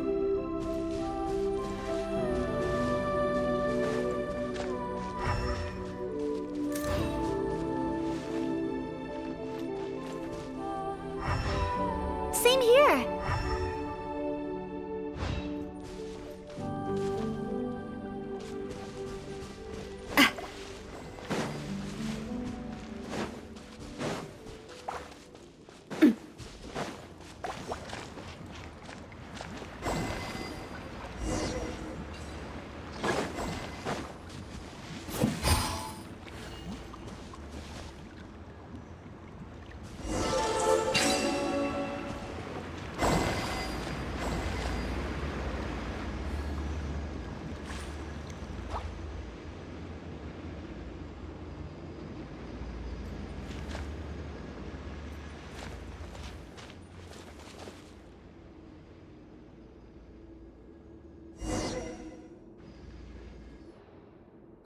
It worked!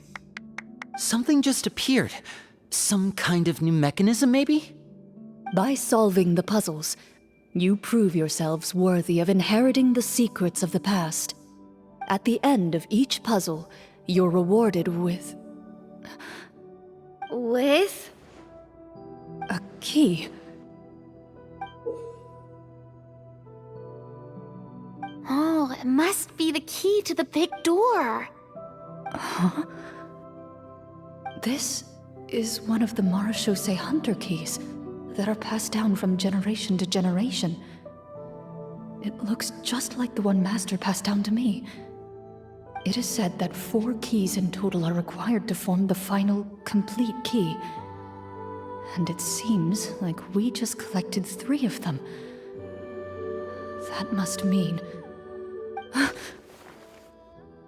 Huh? What's wrong? You hear a few strange noises. Suddenly, all the torches in the ruin go out at once. Huh? What's going on? Did we fall into another trap?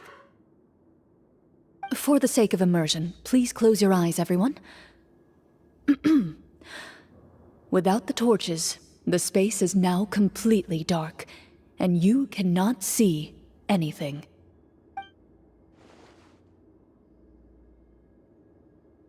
But Paimon can still see a little bit over here. Oh, right, sorry. Suddenly, you hear the sound of footsteps pierce through the darkness. There's someone else here? Oh, this is so unsettling. I can't see anything. I've been discovered then. Wait, that voice, it's... You recognize the voice as belonging to the guard who led you to this place. It appears he now covets the treasure for himself, and has come to stake his claim. Oh, so this is just part of the script. Then I can probably relax. Well, if we can't see anything, that means we can't fight to the fullest of our abilities. Should we retreat for now? Judging by the way he's holding his sword, he must be a real Marechaussee hunter. But this isn't part of the script. Retreat? That's not the hunter way. If it's dark for us, then it's dark for him. We choose to fight. Your choice is noted. Please keep your eyes closed until I tell you the torches have been relit. This battle will be in the dark. You got it! Well then, let us begin.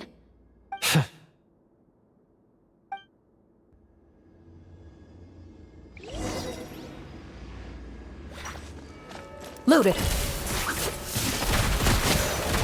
I'd like to try to hit him with my sword. Your strike is successful. Ha! You're facing a veteran marechaussee. Is he still standing? Goodness, he sure has a lot of HP. Is it over? Can we open our eyes now? The enemy is strong and relentless, but the battle is nearing its end. The torches have not been relit. What about now? Final strike. Ha!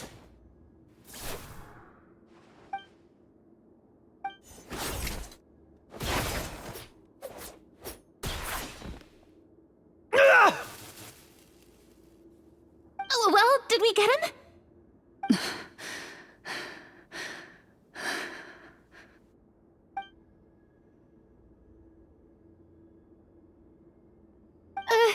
Clorinde? Warm fire flickers across the walls once more. Your vision is now clear. In an impressive display of courage, the four of you successfully defeat the uninvited guest. That look in his eyes. It's like he became an entirely different person as soon as I defeated him. Huh? Mr. Florian? Oh, wait. We're supposed to be role-playing. I should stay in character. Speak your name, guard. Why did you lead us here just to betray us? Is this treasure really more important to you than bringing peace to the kingdom? What kingdom? What peace? Those were nothing but lies! I, Florian, am a true marechaussee hunter, descended from hunters of ages past. So he's also using his real name. Or, wait, was that the name of his character from the very beginning? Then I'm even more confused. If you truly are a marechaussee hunter, shouldn't you want to help us just like you said before? Shouldn't we fight together for the sake of the people? What do you know? In this day and age, there's no glory to be had as a marechaussee hunter. What's that supposed to mean? My skills were passed down to me by my father. We lived a life of obscurity in the remote wilderness. Still, he devoted everything he had to being a marechaussee hunter. And what did he get in return? A life of poverty and pain, in a world that forgot all about him. When he died, not a single person came to mourn his passing. The marechaussee hunters were the ones who saved this city, were heroes. We deserved more recognition and respect than this. Is he talking about how no one in the capital seems to remember the hunters and their legacy? I didn't expect the script to contain this level of social criticism. So that's why you want to take the treasure for yourself? You feel like you're owed fame and wealth? If you already knew where the treasure was located, why didn't you just come down here and take it? Because I still needed the final key. Only a true marechaussee hunter is capable of passing through this final door.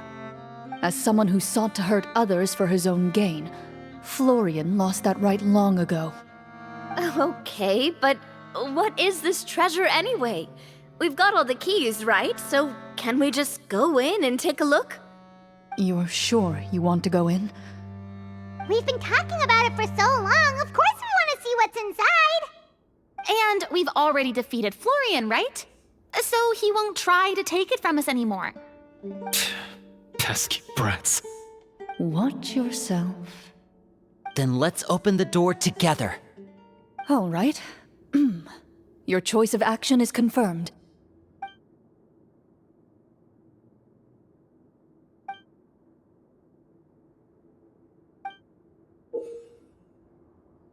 Before you, the door to the treasure, sealed and undisturbed for more than 100 years, finally swings open. You hear the shrill wail of the door hinge as it rotates for the first time after years of disuse, almost like a sleeping giant letting out an extended yawn. You get the impression that the secrets buried behind this door might be just as heavy as the sound you just heard. It's open! Come on, let's go in! Paimon wants to see what's inside! Ooh, me too!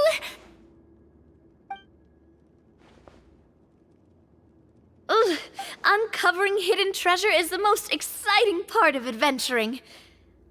What do we have here? Uh-huh. A stone tablet? And some shabby weapons? You call this a treasure vault? Looks more like an abandoned warehouse! Maybe the troop ran out of budget at the end?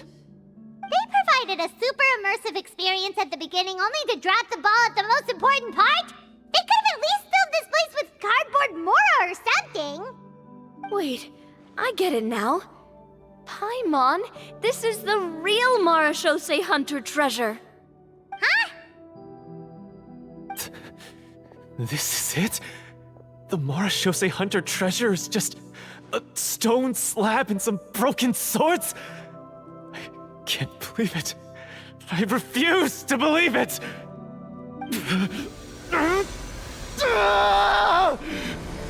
Whoa, are you okay? The Marashose hunter before you appears to suffer a serious mental breakdown. He needs to leave the room for a moment to collect himself. One of you seems to understand the significance of the treasure already. If the rest of you wish to follow suit, you may remain here in the meantime and explore your surroundings.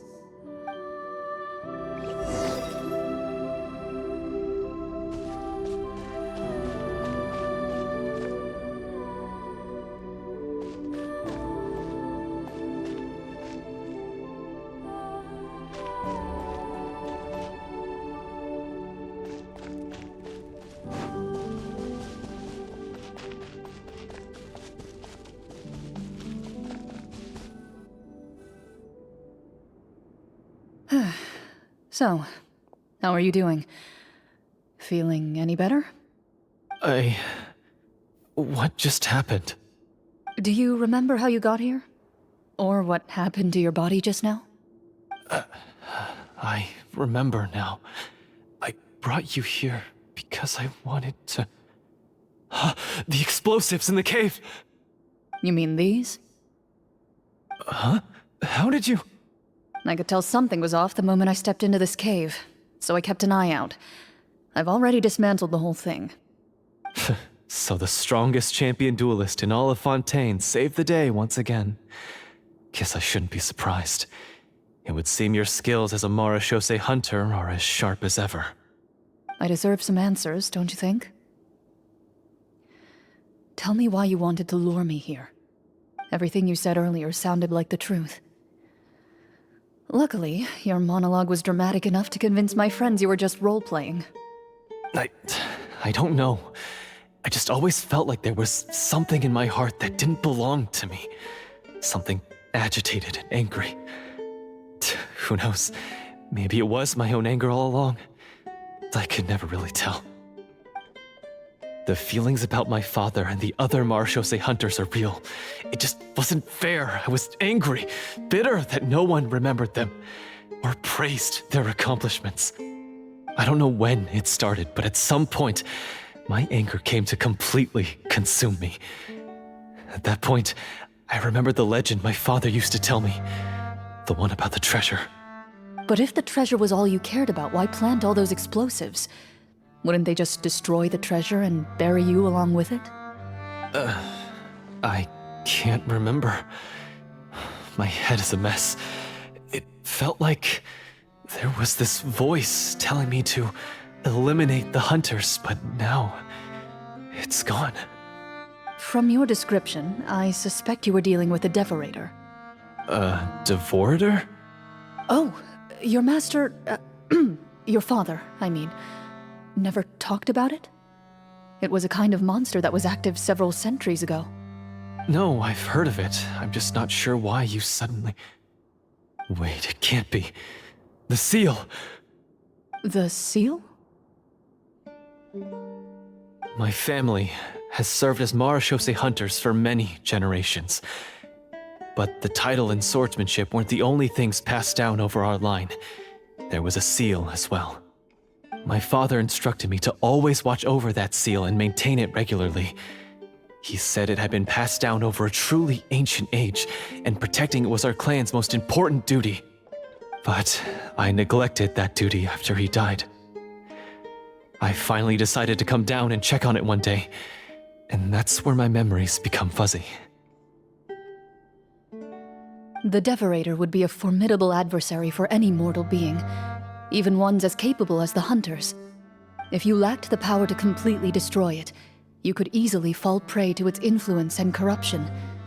In light of this, some Marashose hunters chose to seal the Devorator away, in the hopes that a permanent solution would come with the passage of time.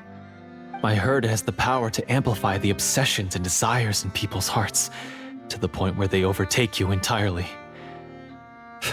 It would seem I'm not just lacking in skill with a blade, but in mental fortitude as well. And yet, you were able to retrieve 3 of the 4 keys. If I remember correctly, each was entrusted to a respected and capable hunter. How did you manage it? One of them belonged to my father, the second I stole from a different hunter, and the third was one that I snatched while the person was on the way home from the tavern. I nearly died in that alley. I know just how strong you are. It's as clear as day to everyone in Fontaine. I observed you from dusk to dawn, but could never find any opportunity to sneak up on you. I never even saw you drink a single glass of liquor. The only way I could think to obtain that last key was to lure you here using your hobby, and then... Oh, I get it now. That monster, it wanted to bury you here alongside the treasure. I won't comment on anything else, but the script was good.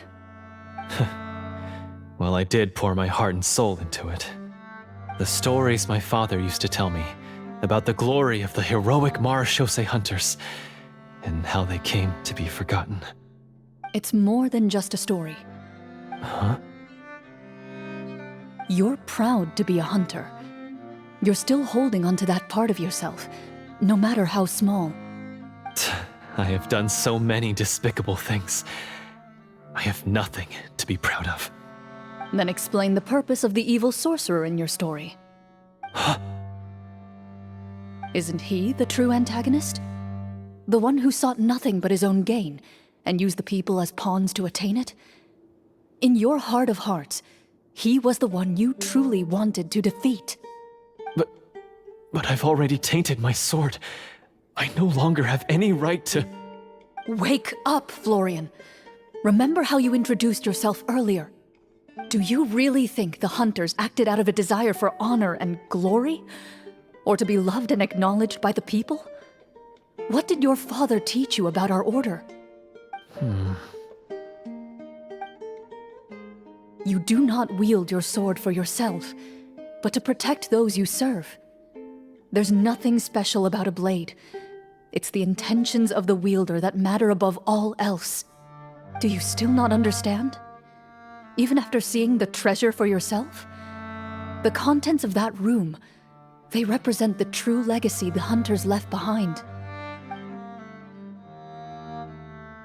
You're right. I am a Marashose hunter. It's time for me to redeem, no, to finally serve the people I vowed to protect all along. I wouldn't be so quick to push aside the need for redemption. I know. That's a charge I won't bother to defend myself against. Good. Then, come with me, and help me see the script through to the end. Huh? See the script through to the end? But there's no more script left. Never finished it, huh? No, I mean, I wrote the script with the sole purpose of luring you all here. There was no reason to write beyond this point. Then we'll just have to keep writing it. The evil sorcerer still needs to be defeated. You mean the Devorator? Are you saying I have to make up the rest of the script as we go along? Is that really so hard? You've already written most of it. Surely you can write an ending where the hunters win and justice prevails. I'll be there to help you too. You aren't afraid your party will fall into danger? I know what my friends are capable of, and they're all quite skilled. Besides, I need their help. Then, are you going to tell them the truth about all this? I don't intend to spoil the fun. Sometimes, protecting dreams and fantasies is more important than exposing the truth. Don't you think?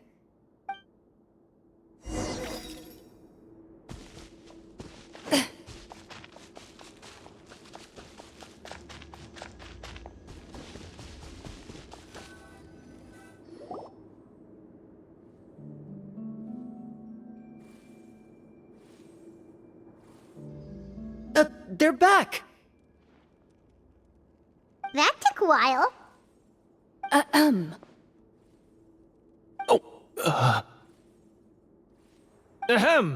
My fellow Marashose hunters, please forgive me, for I have sinned.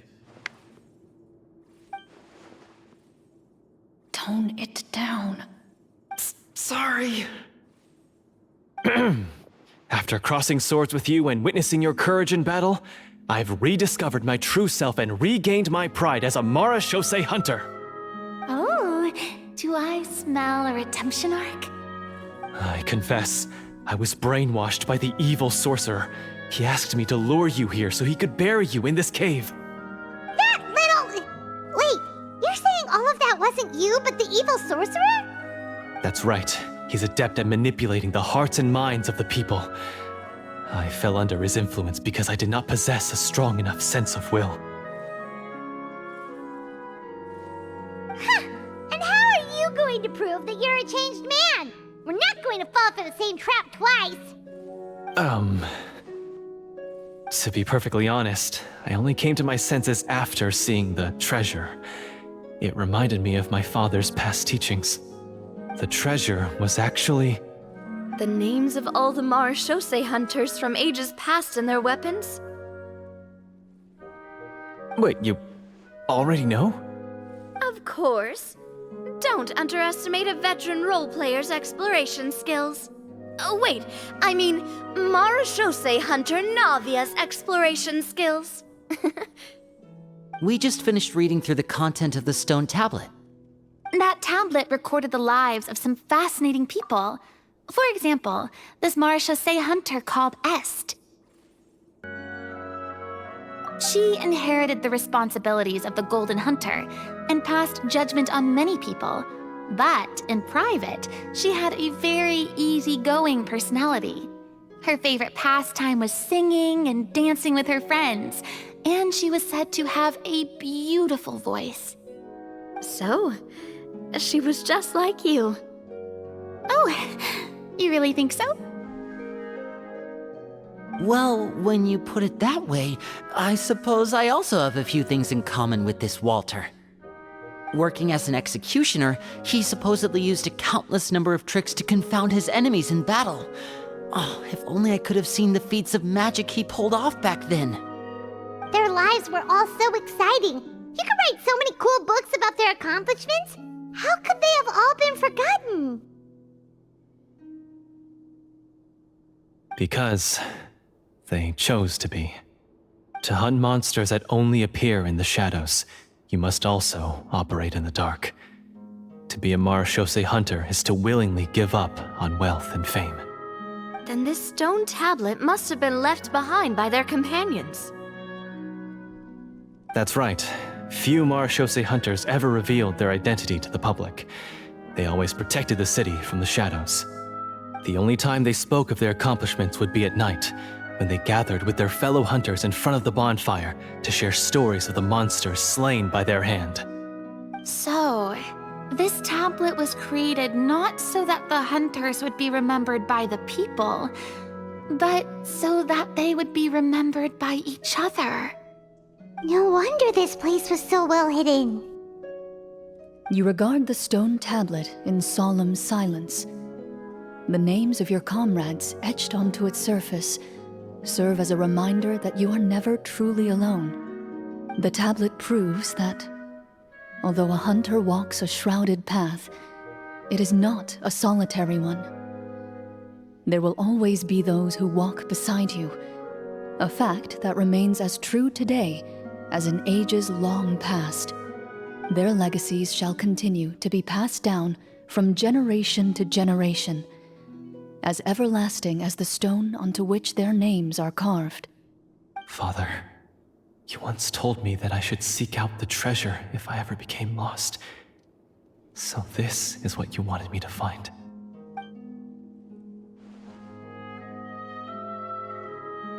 Thank you, my friend. You are very kind. I implore you, everyone, please give me a chance to make up for all I've done. Allow me to fight alongside you and defeat the evil sorcerer that threatens the peace and prosperity of everyone in this kingdom. Well, I say we let you join. Sounds good to me too. Everyone makes mistakes. What matters is what you do to make up for them. I have no objections, but Mr. Florian, do you even know how to defeat the evil sorcerer? When he took over my mind, I gained some insight into his thoughts. Every time I thought of the treasure, he reacted with a strong sense of fear. Huh? He's afraid of the treasure? But there's nothing here except some broken weapons and the stone tablet. What if the secret's hidden inside these weapons? GM, permission to investigate.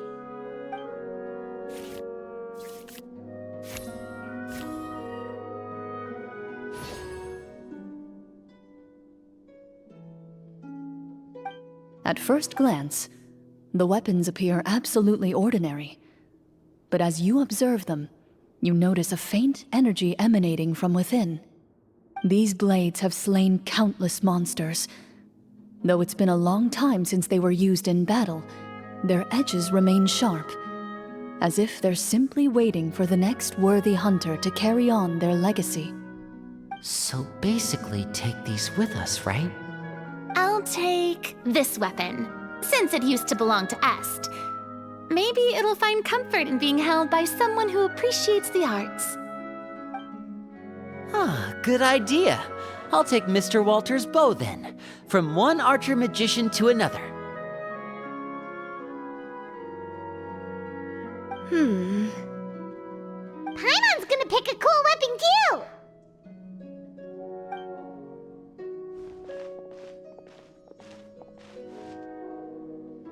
As you grip your weapons, you can almost feel the will of past hunters coursing through your being. It's a feeling of courage, determination, a silent vow passed down from generation to generation that says, eradicate the monsters, no matter the cost.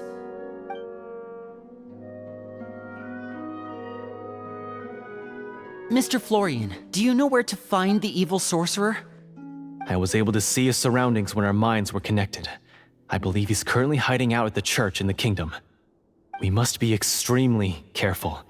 He's spent so long living among monsters that he's now taken the form of one. He will not be easily defeated. Then why don't we explore some more and try to find some higher level gear? We don't want to just fight him and lose, right?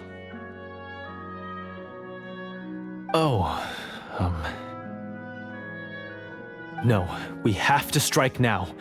He was greatly weakened when I managed to break out of his control. If we let him rest, he might have time to escape.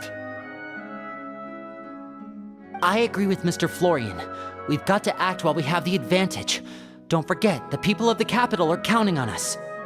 Yeah, now that we've got a plan, there's no point in waiting. The longer this drags on, the worse it will be for everybody. Yes, that's what's called... Yes, that's exactly right. Alright, you've persuaded Paimon. Mr. Florian, please lead the way. Of course. Follow me. He had to set up so many scenes today, and now he has to join in for this last part. I really don't envy his job. Finally, you decide to slay the evil sorcerer and bring peace back to the kingdom once and for all. As you walk away, You feel the gaze of the stone tablet at your back, as if all the hunters of the past are wishing you success in the battle ahead and awaiting your triumphant return.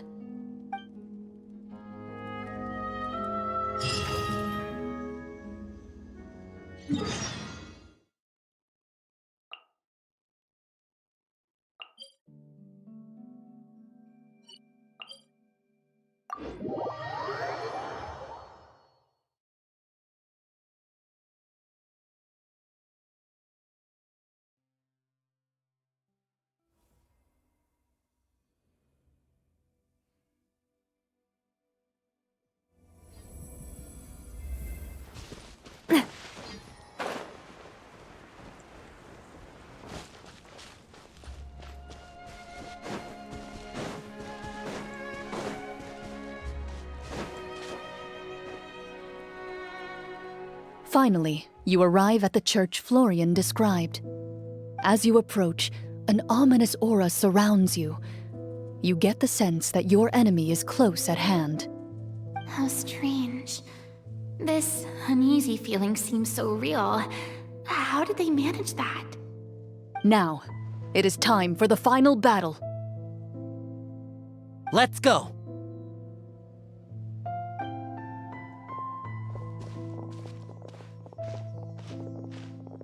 Florian, wait. What's wrong? I think you should wait outside. You've already been corrupted by the Devorator once. It could easily re-enter your mind and take control of your body. I don't think it's a good idea for you to be this close. If it corrupts you again, it's possible you might take on a new form entirely. That's exactly why I have to go. Why I should be at the very front. You mean... Yes. I intend to lure it into my body. That's too risky. If things get out of hand, I might have to kill you. Do you understand how dangerous this is?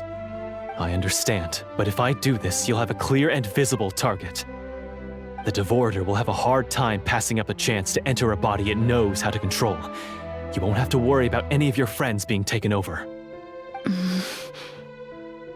You're not like me, Miss Clorinde. You're a just and powerful Marechaussee hunter. The monster broke free due to my error. It's only right that I shoulder the responsibility for its destruction. This is... something that I have to do. Consider it a duel to restore my honor. My only request is that you give it your all.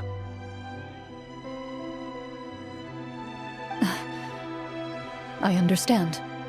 Then, as a champion duelist, I hereby accept your request for a duel, and extend to you my most sincere regards. Thank you. The battle is now upon us. Let the Devorator once again tremble under the blade of the Marechaussee hunters.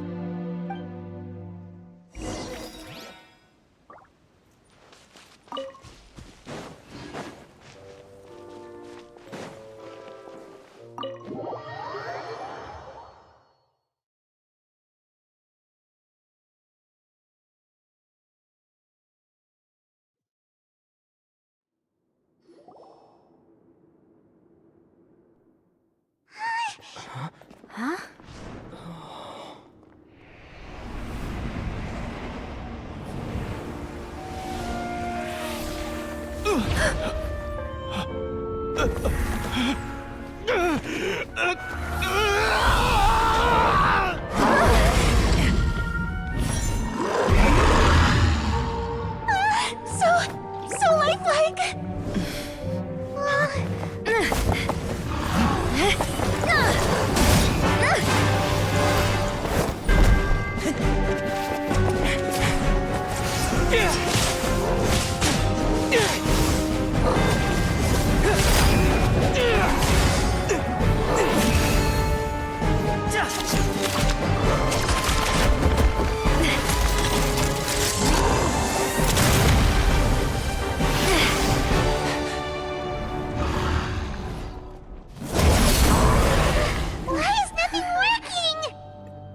This foe is not invincible. You hold the treasure. The power to defeat it in your own two hands. The treasure? You mean... the names! It's the Marechaussee Hunters' names! How are we supposed to... You forget, Paimon? There's still one skill we saved until the very end. Hunters fight not for fame, but to aid the people whenever they are summoned. Walter the Marechaussee Hunter, master of 1,000 tricks, executioner of the Phantom Hunters, I call for aid! Est, the Marechaussee Hunter, inheritor of Cassiodor's will, judge of the Shadow Hunters. Answer my call!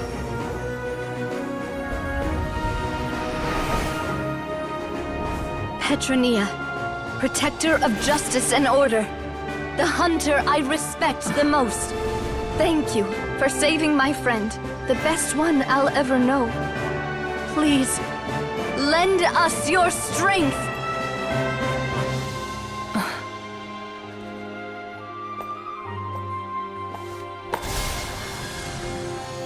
We have come to answer your summons.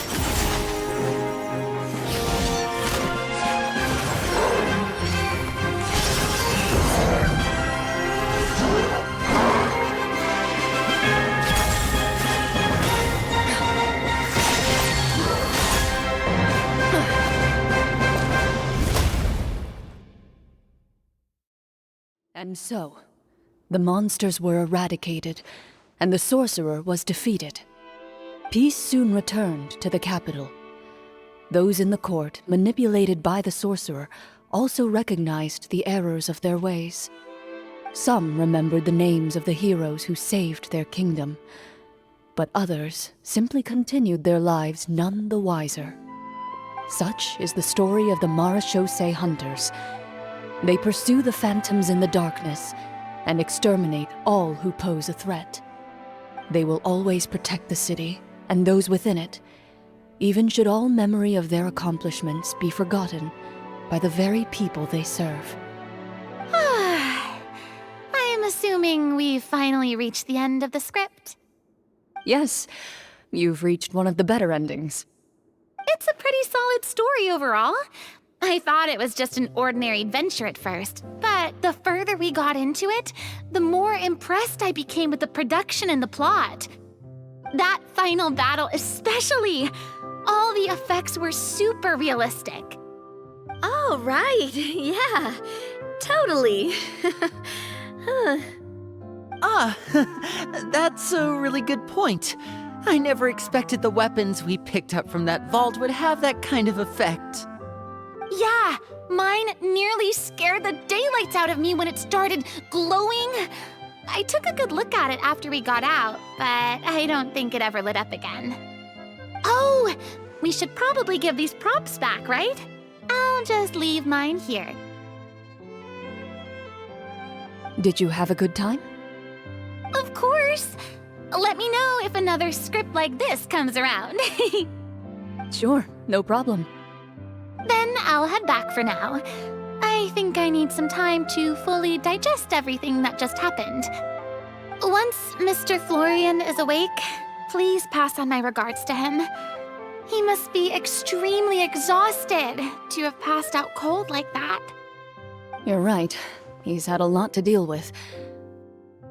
Well, see you all some other time. Toodaloo!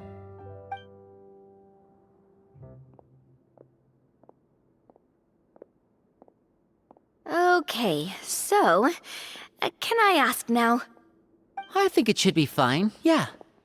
What in the world was going on back there? So you saw through all of that? That time in the cave when you told us to close our eyes, it'd be weirder if we didn't notice anything. I was dying of curiosity the entire time. I mean, you did a pretty bang-up job of pretending nothing had gone wrong. Farina actually looked like she thought all of it was planned. Guess none of us wanted to be the one to break the illusion. What are you all talking about? Oh, wait. Don't tell me Paimon never... Oh, this is all my fault. It's not too late to cover your ears. Here, Paimon, I'll do it for you. Bit late for that, don't you think? You're saying everything that happened back there wasn't actually part of the script? It's probably more accurate to say this was never a real scripted story to begin with. What? So loud. My head. Hey, you! Get up right now and explain yourself! No shaking, please! Oh, my head.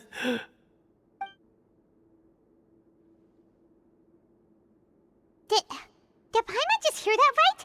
You guys made up that whole last part on the spot? It's not nice to lie to people, but Paimon's gotta admit, that was a really good story, Florian. Oh, and nice improvisation, Clorinde! Yeah, it was like watching a magician improvise a spectacular magic trick after forgetting an important prop. If Paimon knew something was wrong with that vault, she would have floated straight in the opposite direction! Everything was under control.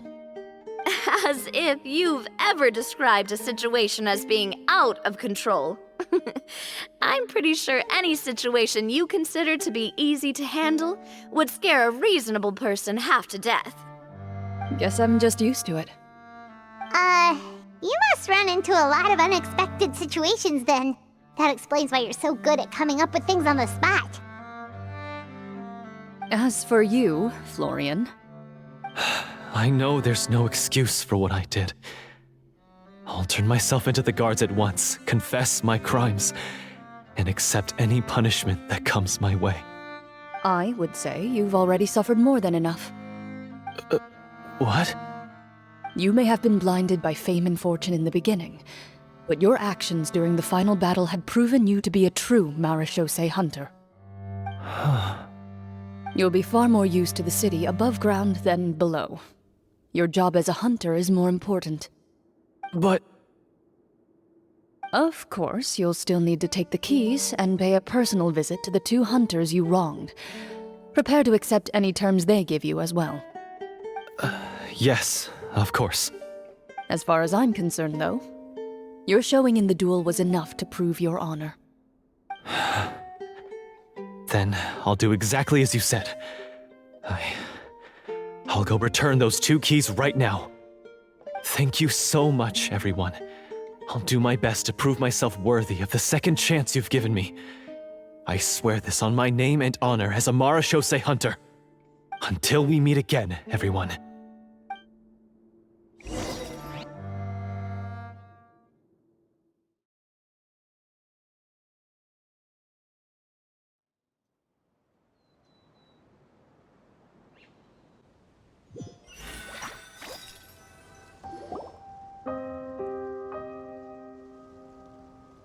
Speaking of Marechaussee hunters, what should we do about the treasure in that cave?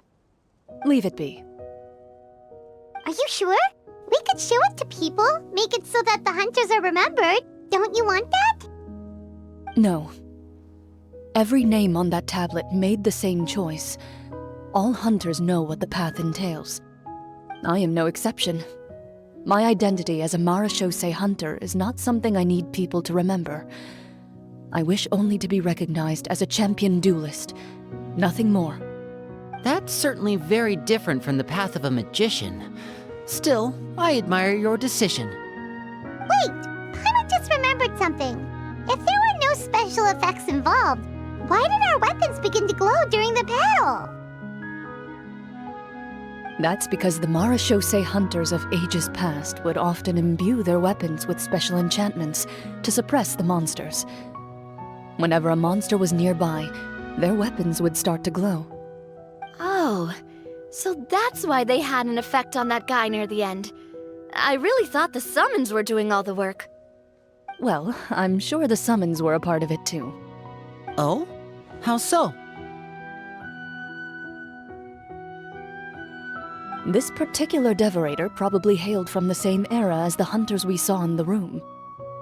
The names you recited all belonged to the bravest hunters. Countless monsters fell to their blades. That's likely why the devorator visibly reacted when you said them out loud. So the names held the power all along! Navia, everything you said during your summon. Huh? Oh, I meant what I said. I mean, it was true to my character, so yeah, I'm glad you heard it. Just don't make me repeat myself. It's embarrassing. I really appreciated those words. All right. Don't get all sentimental on me. Anyway, let's not talk about that anymore. I'm going to go on ahead. Don't fall too far behind now. She ran off! I should probably head back as well. This story was truly incredible. I might have to spend the whole night telling my siblings all about it. Goodbye.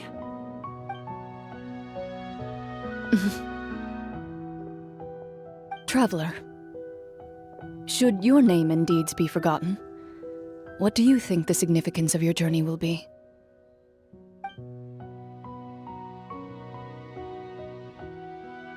I suppose the significance would be the journey itself and the world we helped create. There's still value in the time I shared with everyone here, in the things we were able to accomplish, even if no one remembers them. A great answer. I'll remember it. Me? The